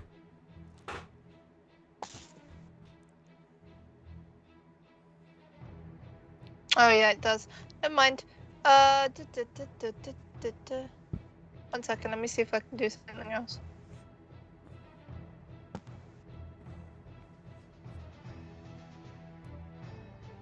Let's scroll.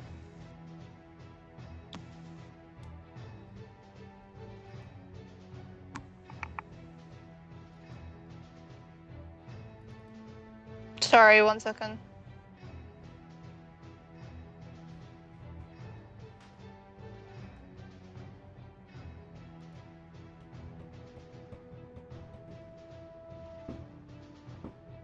Everything alright? Yeah, I'm just checking what something does because, you know, obviously I don't know what it does, but I can do it. What are you checking? Well, because Erebos is my god, there's 2 spelly things I can do, and I'm just checking one of them. Which one are you checking? Vampiric Touch. Okay, what are you checking about it? What it does? Okay, so it lets you make a melee spell attack, and it specifies that with your Erebos Piety, you use Wisdom as your spellcasting ability. So you would make an attack roll with your Wisdom score and your proficiency bonus, which would be a total of, in your case... +4. Yeah. No, +2. Oh, no, sorry, yeah, you're right, +4. And if it does hit, the target takes 3d6 necrotic damage, and you regain hit points equivalent to half what you deal. So I would have to roll... What would I have to roll? A d20 +4. Just FYI, you can't cast spells from your Echo. Oh yeah. Okay, well... Can my echo attack her? Do you have any javelins? I would have to move closer, wouldn't I?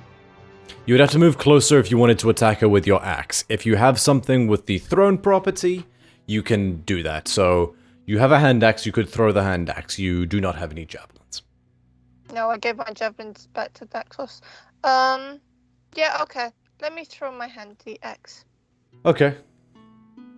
You can only throw one because you have to draw it as a object manipulation, which you have one of per turn, unless you had the thrown fighting style, so you get one attack this turn. That's fine. Okay, cool, so make your attack roll. So basically, Amalia just grabs the ghostly hand axe and... 14? How did... 14 does hit? Yes, 14 does hit. Go ahead and roll damage. How does Echo handle ammunition? Because obviously it's not actually... 7. Man, Echo breaks your brain if you think about it. Free ammo. Throwing I shadow. disagree with that vehemently. Okay, cool, so 7. So it basically just sinks into her shoulder. She growls in pain, but is still sending. Anything else, Amalia? No, that's all I can do.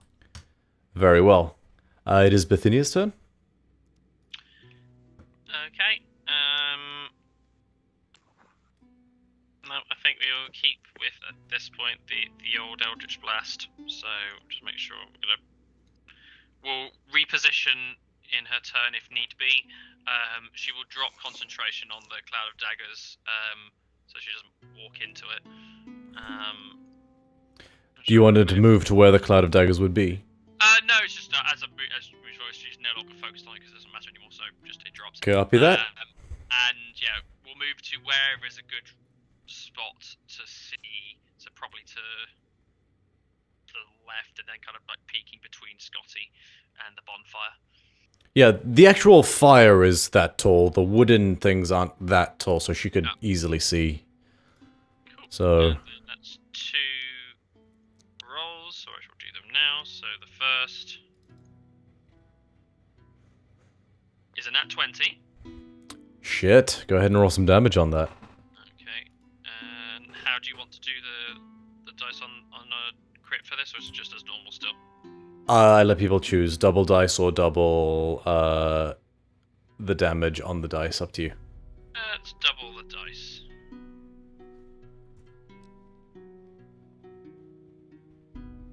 Not too bad. So 10 plus 5, you said. So 15 on the first. Okay. Second attack is to even with the. Well, I see where we can difference. So the second one misses. Okie dokie. The first one just strikes her in the clavicle here above the breast, and she just, there's a smoking burn where the skin is.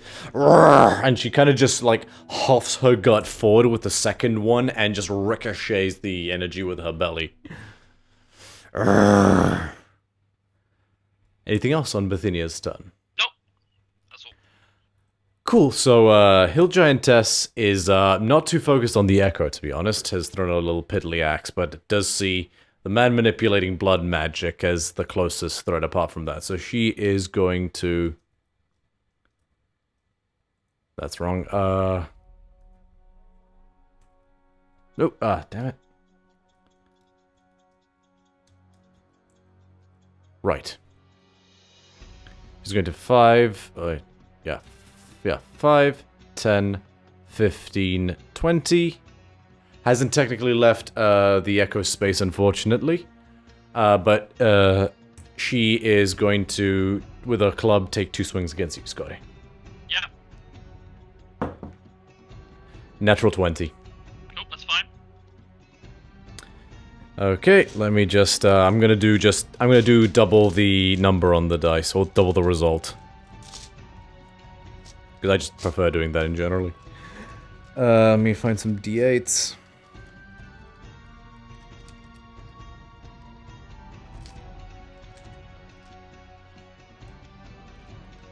Why do I have no d8s ever when I need them? Here we go.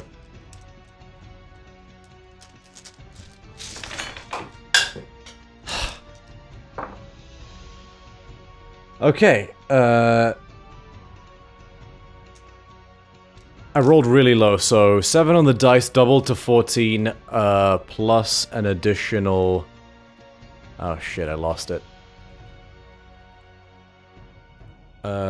Plus an additional 5, so 19 for the first one. Cool. And as a reaction from that, I am going to use my Blood Sorcerer ability to expend my last 2 sorcery points, and as a reaction cast another instance of Dissonant Whispers. Okay. Because I'm going to try and get Wisdom save, yeah? Yep, it is. I'm also going to use... That is an 8. Okay, so that fails. I'll try and get everything in sequences. So I will use, because this doesn't cost me anything, I will use my one use of not absorb damage, what's it called? Unscarred resilience. Unscarred resilience, yeah. To offset the damage that was hit. So that's a D12 plus my Constitution modifier. So I'll roll that first. I rolled pants, so I reduced the 19 to 14 damage.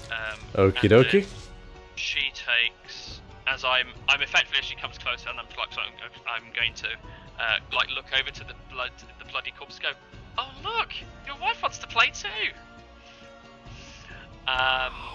In like a sort of like happy, even Harsh. like that as well. Yeah. And she will take 11 psychic and use her reaction if available to move her movement away from me. Very well. Is her reaction available? She didn't take an attack of opportunity, yes, so 5, 10, 15. Does this say it disregards attacks of opportunity? Nope, doesn't say that at all. So she has to use her reaction to move her full movement away from you? It just says has to use a reaction if available to move. Actually, get the full wording. Dissonant Whispers. Must immediately use his reaction if available to move as far as its speed allows away from you. Okay, fine. Move into obviously dangerous ground and so forth. But yeah, it would, I would imagine, provoke an attack of opportunity. From 5, 10, I can't 15, use it 'cause I'm not 20, using it. 25. I'll say it can move to about there. It's going to go into the corner where all the junk barrels and crates and stuff are, but it's not going to try to go near the cloud of blood. Or not a cloud, the black hole of blood, your blood extraction, and that big mud pit. It's just going to stay away from that as well to avoid getting stuck in it. So, Amalia, if you have a reaction, you may take an attack of opportunity.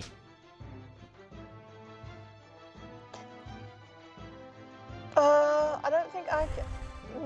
I can't reach, but my echo might be able to reach, but it can't technically. Yes, What I it was can. Yeah, but what I was gonna do, it can't do, so never mind. What were you going to do?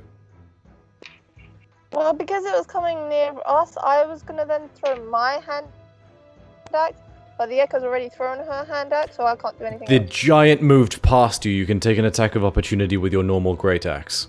Oh, okay, I see what you mean. Yeah, I'll do that. Okay. Go ahead and make an attack roll. 28. 19, right? Yeah. Okay, so go ahead and roll some damage on that. That definitely hits. 11. Cool, she is looking quite rough.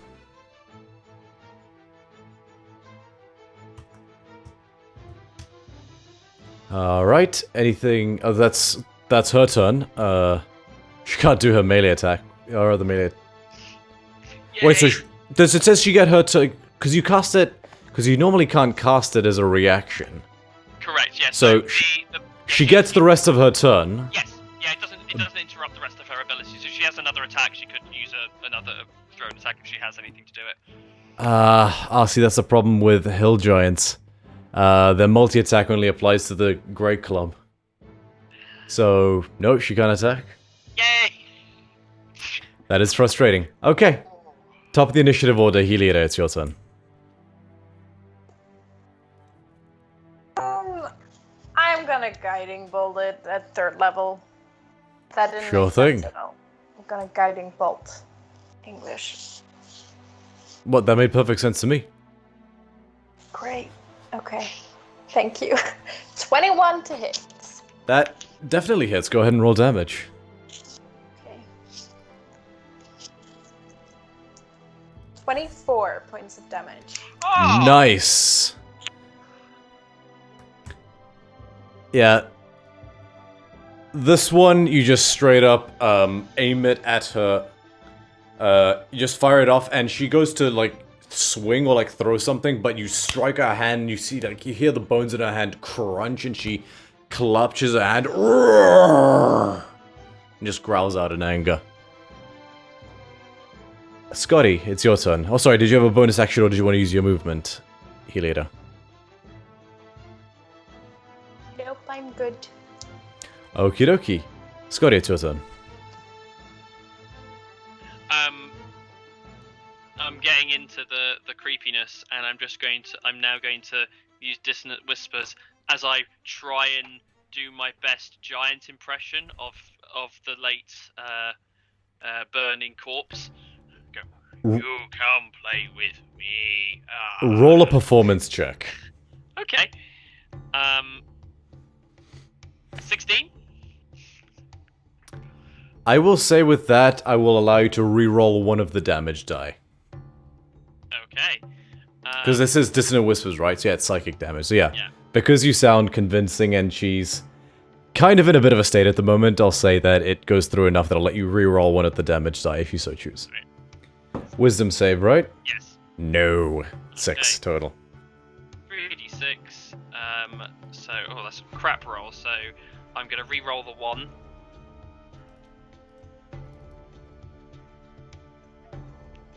So that is 8 total. Okie dokie. She has no reaction to you, so she will stay there, unfortunately, but she is just... Her teeth are broken, she is just battered, bruised, sliced, and burned all over her body, and she's just looking at you guys with hatred in her eyes. Anything else? Yeah, as a... I'm going to, I'm going to use a bardic inspiration on Amalia, and I'm going to turn and just go, finish this.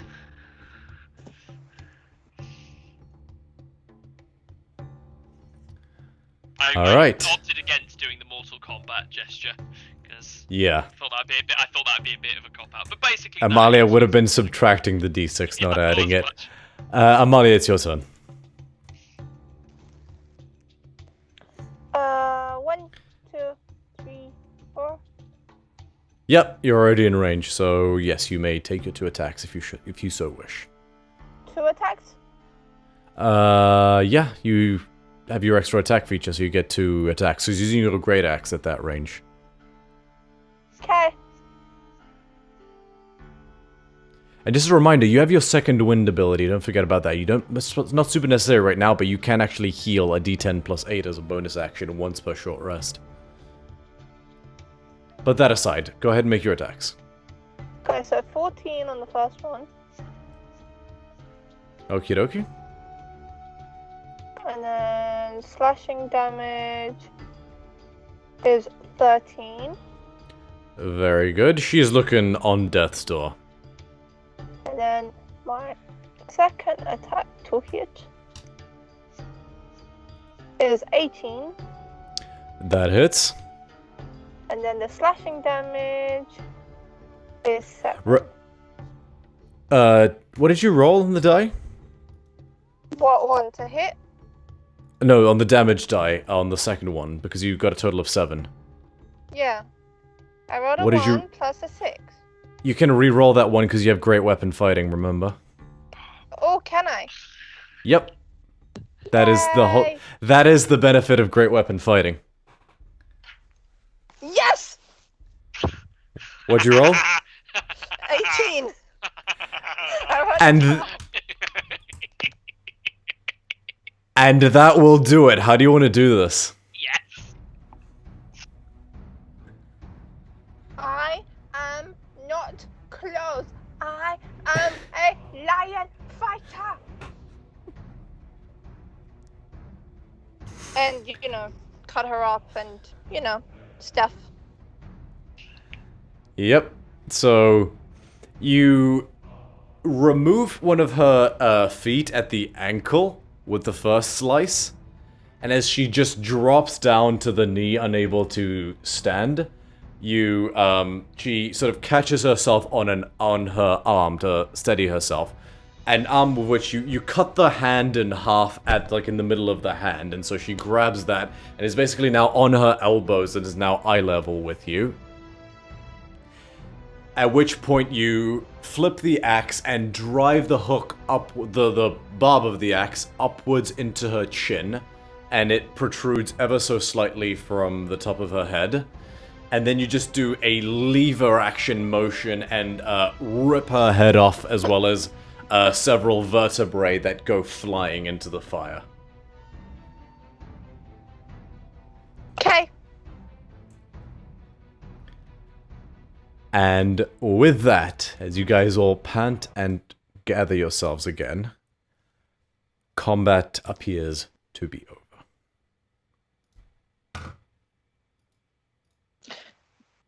Remind me when we get back to Melites to buy Daxos a cake.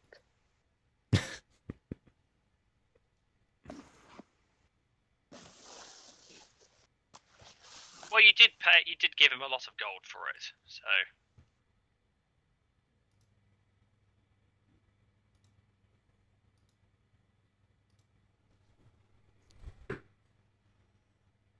Right. I think we have some sheep to take back. Oh.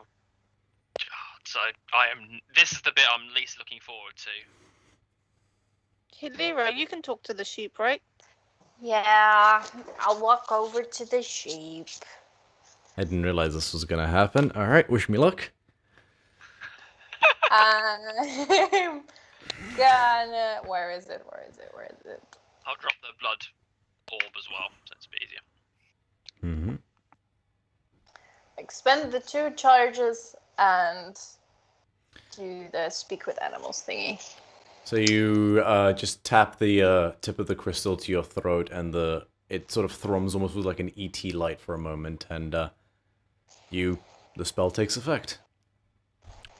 Hi, I don't have a lot of time to explain because we've got like 10 minutes and we need to get you guys home. So what we're gonna do is we're gonna let you guys out of the cage, then we're all together going to walk back to the farm. Home. Yeah.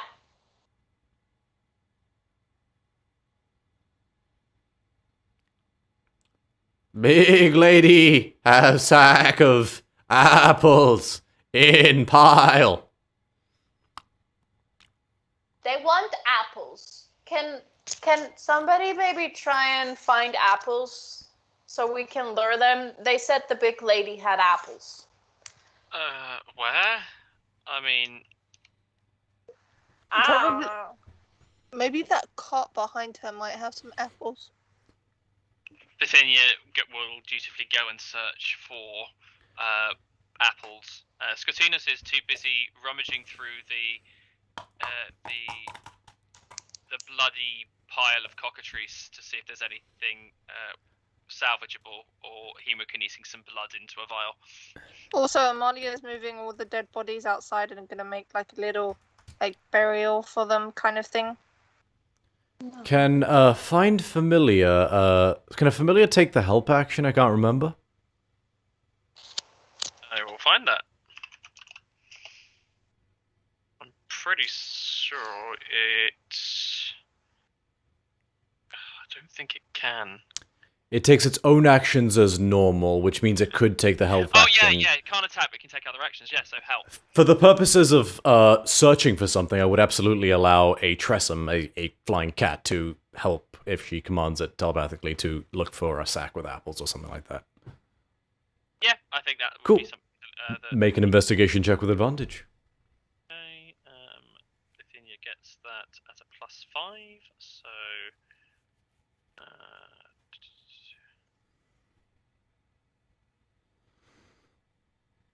Highest is a 12, so that would be a 17 total.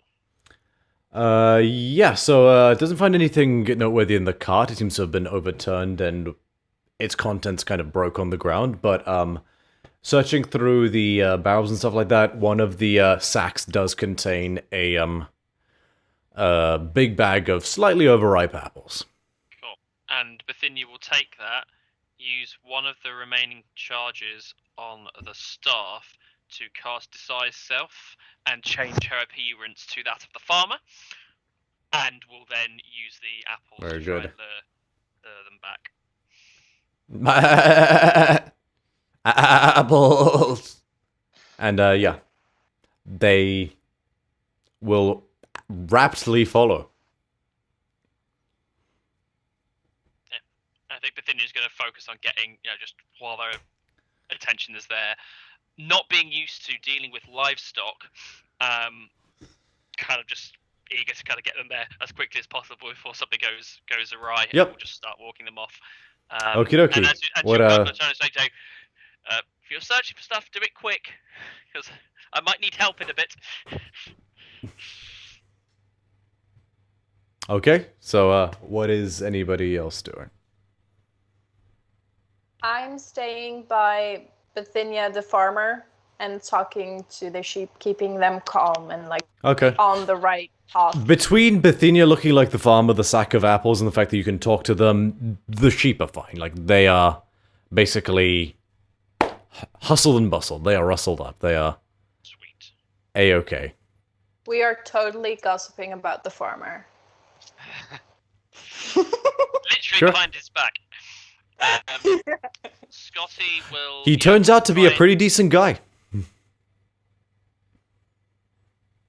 Treats Inside them joke. well. Okay, the DC is 5 because it's a fucking sheep. It does not know anything about deception, but go ahead and make an insight check.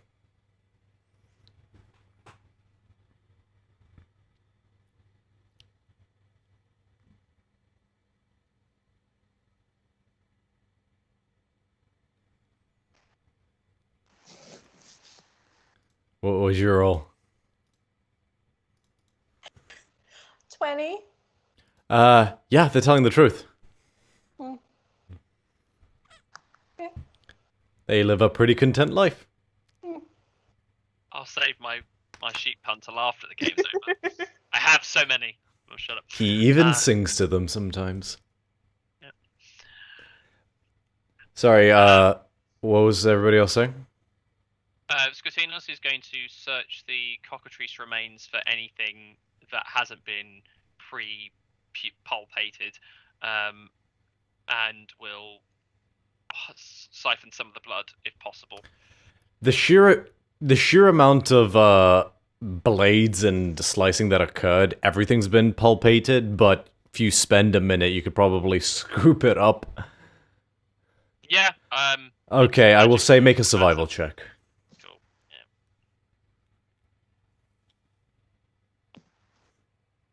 15.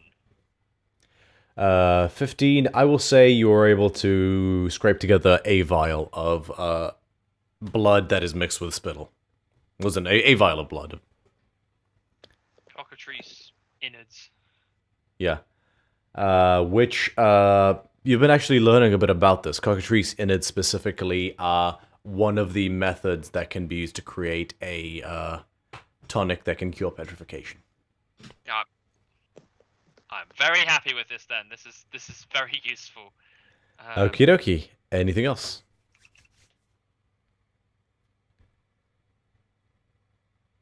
Help Amalia with carrying bodies out if that's not done. Okay. And then I suppose we don't want to fall too far behind, but a brief search around the rest of the place for anything that's useful. Okay, it's easy enough to carry the bodies out. You could make look at the cart for a moment as part of the investigation check. I'll say make an investigation check after you've carried the bodies out. Sorry, I'm getting ahead of myself. With advantage, or each of you roll separately. I'll who's making the investigation check? I had already rolled once, but I'll let Amalia. Okay. Because I've already done a thing, so it's fair for Okay. Amalia to get a go. Amalia, investigation check, please, if you're going to be looking for stuff in here. Never mind. 3. Sandwich. Okay. Sandwiches. With an 8. Okay, so you have a good look around the place. Most of the pile of crates and stuff seems to contain produce and things like that. A lot of it seems to have spoiled at this point, but you do in fact find a chest that was sort of hidden underneath the rags and tops and like furs and carcasses that seem to have formed the bed. The chest doesn't look anything special, but it seems to have been tucked away underneath these carcasses. Should we carry it back and look at the stuff with the rest of the group?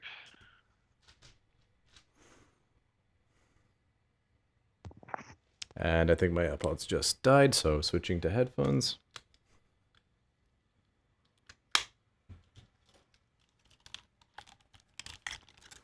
Not sure if you. Oh no, Amalia's mic is muted. So. Bear with, sorry. Okay, continue. Sorry, where were we? Scottina suggested that Amalia and him carry the chest back so that we look at the stuff together as a group. Okie dokie. Okay, you can do that. You guys lift the chest. It's actually not terribly heavy. And you hear a bit of jostling. Whatever is inside appears to not occupy its space that much. Oh, okay. So it's not like a okay. In that case, then. It is a big chest, but it seems to be mostly empty relative to its size. Wait, no, sorry. I was looking at the wrong notes section. No, it's actually quite heavy. I am stupid. I was looking at the wrong thing. No, it's actually quite hefty. And then we'll stagger back with it then. Yeah, pretty much. And eventually you just put it down. How are we gonna open this? I just heard Violet's dad in the background. Yeah, sorry, I'm downstairs. So. No, it's fine. It was real good. Does Bithynia have anything to open, like check for traps? Kalira has check for traps. Ooh. Then we'll take it to Hilera and go, Hilera, go check to make sure this is okay, and then we'll see what's inside. Have you checked for traps? No. But you picked it up. We haven't opened it. And that's the bit you'll be trapped, because it's the bit you get inside. You know what? I'm really proud that you remembered to check traps. And I'm not being sarcastic here. I'm really proud of you, actually. I'll check for traps. Go ahead and make an investigation check.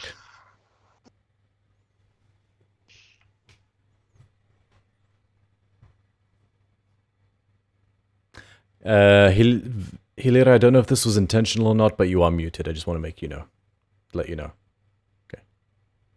I rolled a 12, but it says I have advantage, and I don't know why it says I have advantage. Let me have a look. I don't know if it would be like. Oh, I know why. I think bomb I think it's the crystal. Let me double check, but.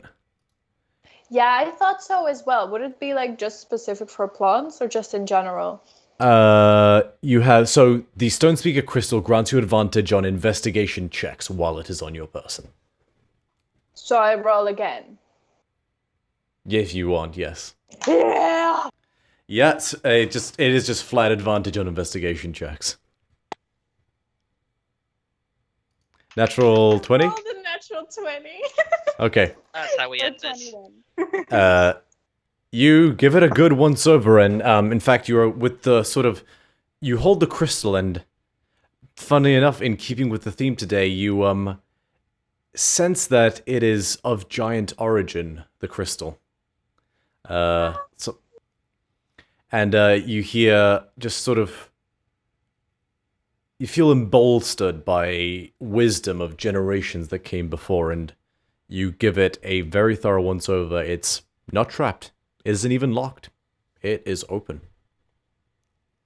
This, well, I'll say with that roll, it seems to have been a chest that may have belonged to someone else that was just taken and just haphazardly ripped open. Where the padlock used to be is just a section of missing timber. But it is easy enough to open if you so choose. Skotinos, I'm gonna be honest with you. I think it's trapped. I think there's a trap on the grips on the side. And Make a deception check.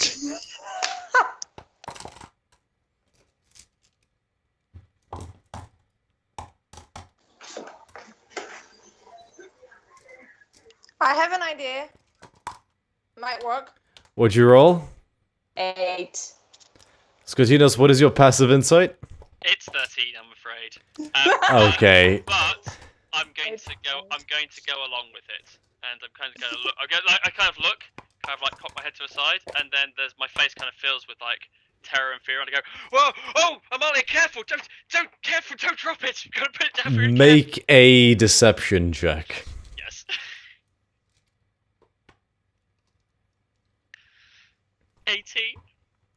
What is your passive insight, Hilira? 18. Okay, so you are both playing along with a joke that you both know neither one of you has bought, and it's weirdly sweet in a moment in the... You guys, like, realize that... I think you're gonna have You to be both more seem to have open bonded over it. You both realize that you've become friends over this. You know, realizing that, aw, he played along, and aw, she played along. I'm gonna pat Skotinos on the shoulder and say, thank you for that. I needed that. Thank you. Oh, I'm muted. And I walk away back to the sheep. Bithynia just rolls her eyes and flips the and just uses the staff and just like flips the lid open. Sorry, I was What was the plan? It was to put the echo to open it, so just in case anything bad happened, my echo would just poof. well, for next time. Sorry, I was just getting a little impatient. All right. To be fair, I was screaming. I had a plan up and down, and then I realized my mic was muted. Oh, no. I was like, oh no. Okie dokie. So, you flip open the chest and you see a mishmash of gold and silver. So, you see just a massive collection of weird-looking bones, agates and pebbles and things like that. The stuff that's worthless, but, you know, almost like trinkets a child might find pretty kind of thing. You just toss them out one by one, having a look through. And as you get a little deeper in, you do find a amount of coins that between you guys are able to count quickly. 441 gold pieces, 549 silver pieces, and 773 copper pieces. Could you give me those numbers again, please? 441 gold pieces. Yep. For 549 silver pieces. Yep. And 773 copper pieces. Cool. I've written that down here. Okie dokie. You find a roughly melon-sized, perfectly round stone that has seems to be made out of black marble and has various magical glyphs traced on it. It's solid marble as well, so it is heavy. And you find a large hoplon shield, as in traditional ancient Greek shield. This one's design in particular is a stylized cyclops so the iris of the cyclops' eye is red. Everything else is black and white except for the trim of the shield, which is red. I can show you a picture actually, and it's basically a big grinning cyclops.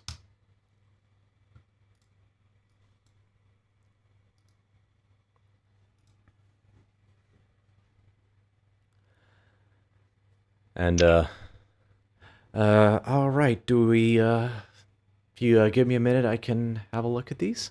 Bithynia says. And,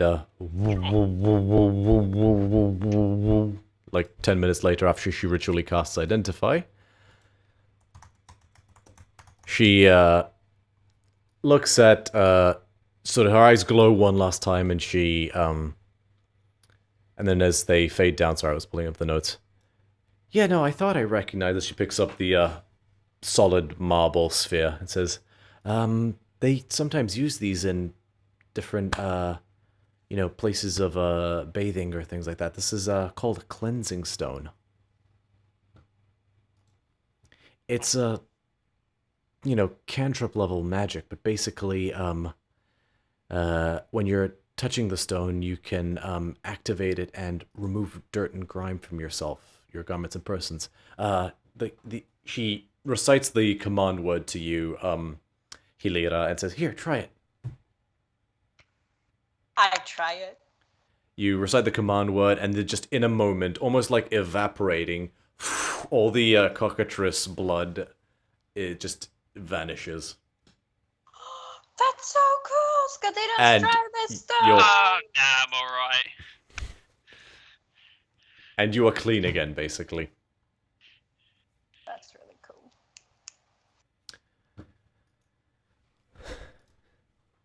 And this is quite funny, actually. And she slides the shield in to equip it for a moment, and then she like furrows her brows of concentrating, and then the Cyclops' face frowns.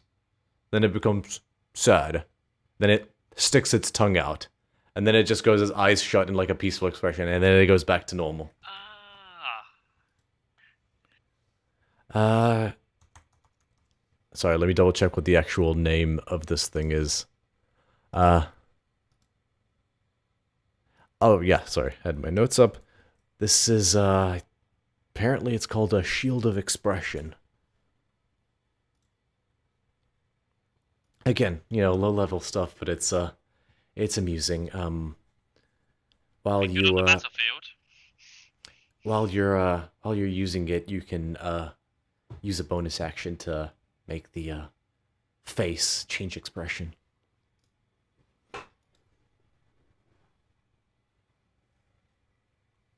That's pretty cool. She slides it off. Well, I know I don't really use a shield. Hilira, I think you're the only one. I do have a shield. Can somebody else use a shield? I feel like this is really up Scatinos' wheelhouse, you know? I'm not. I don't know what I'd use a shield for. Unless. Can you use a shield, Scotty? I can't, no. No. I could wield it as a. I could just hold it. Just go, face! But I don't think I could actually. Well, you know, Amalia, you're a warrior, so I'm sure you know how to use a shield, but you probably wouldn't be able to hold that big axe in one hand if you did. Yeah, no. Like, that's thoughtful of you, but, like, axe, shield, I think we all know what I'm gonna answer with what I'd, you know, prefer to hold. Daxos might Yeah. be happy to, you know, find a new owner. Oh, yeah, Yeah, we no. can send it to Daxos, that's a good point. Alright, We so buy enough of his stuff. Hilira, do you hold your shield in your hand at all? Like, as in, during combat, you have your shield equipped, right? Yeah, because Yeah, I okay. have a Warcaster, I could do that. Yeah. Alright, you sure you don't want it, Hilira? Alright, yeah, we can sell it. I'll hold on to it for now, and if I grow attached to it, we can keep it. Otherwise, I can part with it. She just holds it out to you. Take it. And she explains the process of it. It is similar to attunement, but it's not a whole involved thing. You just basically concentrate it for a moment, establish a link, and then it's telepathic. And so yeah, bonus action, you change the expression on the shield. So if you look up Shield of Expression in D&D Beyond, you will find that. Hadira, do you think you would be able to use it even if you weren't touching it? Like if you're thinking it, could you put it next to a tree and then use it as like a signal thing, or do you have to touch it? Good question. 1 second. Bithynia says, no, well, yes, it only works while you're bearing the shield. Oh. Yeah, no, it would probably I'm need a out full... of other suggestions for for it, then still cool though. It would probably need a stronger attunement, if it were that kind of magic. The reason it's able to be, not really an attunement is because it's such a weak enchantment. I don't mind holding on to the stone if you guys like, unless someone else wanted to hold on to it. You can keep the stone if you want. I mean, I'm not saying I keep it, just, we'll put it... You can hold on to it for now. Alrighty. Thank you very much. And, it is actually easy enough to herd on the sheep back, and, sun is pretty much set by the time you guys bring them back, but, he is, very grateful. Farmer is very grateful to have his sheep returned, and, oh, thank goodness. And he eyes one ram in particular, it's like, oh, I'd hoped they hadn't killed you. And he just, kisses the ram on the forehead. This is, Aklios. He is my pride and joy. He's very talkative. We had a really nice chat about you, Oh. I trust good things. Sure. Absolutely. He is, unfortunately, too happy at having his, sheep back to read too much into your tone of voice. And so he doesn't really notice it. He's just, well, you've done me a real kindness, Arya. You're going to set off? I can offer you... I don't have much room, but I could sort something out for the evening. Somewhere to lay your heads. I would like to take a nap. Dinner and a night's rest on me, and of course, a well-earned payment. And he retrieves a modest sack containing the, I think I said 477? Yeah. Yeah. All 477 gold drachmi are there. Scottinius will, throughout the meal, split to pay the amount of coinage we have amongst the four of us. 4, yeah. Yeah, and I will write that number out once I've done the maths. Okay. By the way, Mr. Farmer, I didn't really catch your name the first time.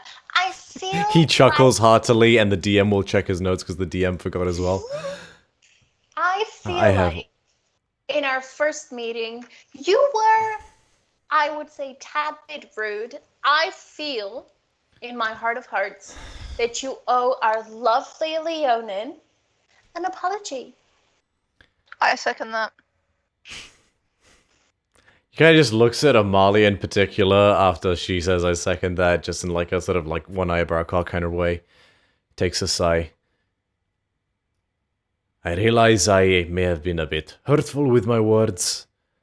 I'm sure you can understand I was somewhat mentally preoccupied and anxious and worried and irate, but that isn't an excuse.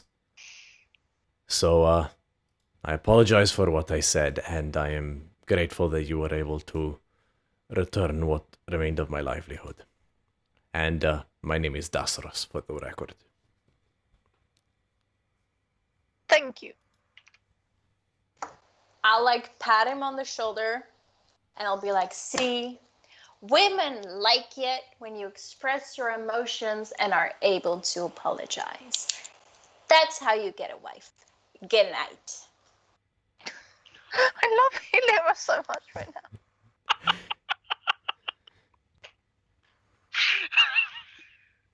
When you say goodnight, do you leave the table? I don't know what we were doing at the time. It was mid-dinner. I'm gonna go to bed. I've made Okay. my statement. I've done my power move. I'm gonna go to bed. Okay, as she leaves, okay, you know what, at the risk of incurring more ire, I'm just going to say it. I mildly sassed you guys. I didn't think it was going to become such a thing. Jesus. It just goes Well, back to to be eating. fair, the other party that you did send to them, they died, so you know. That is unfortunate. I only offered the reward relative to the mission. I told them the same thing I told you. Did they ever say their names? No. Or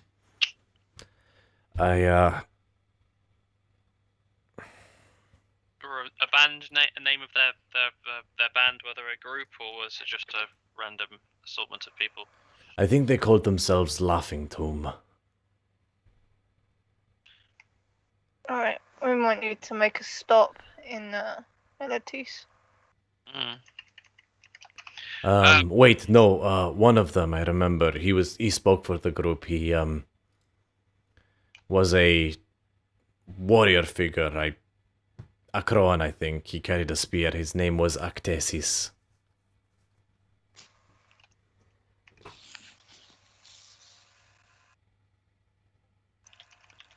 He, had 3 thunderbolts on his shield.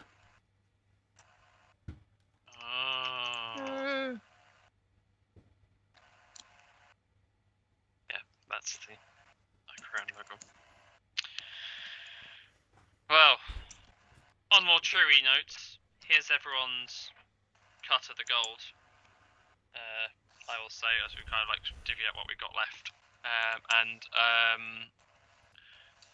I've split everything, including the chest content, so everyone gains the following: 229 gold pieces.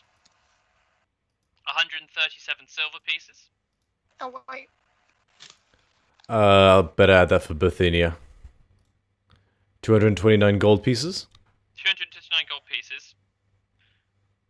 200 and what now? 29 gold pieces. Thank you. 229. For silver pieces, 137. 137. And for copper pieces, 193. For the records, the party funds that have not been taken, there is now an extra copper piece in the party funds, an extra silver piece, and an extra 2 gold pieces, because it rounds down. So, it's still there. I'm not taking it myself. It's in the tiny, tiny pot that we have.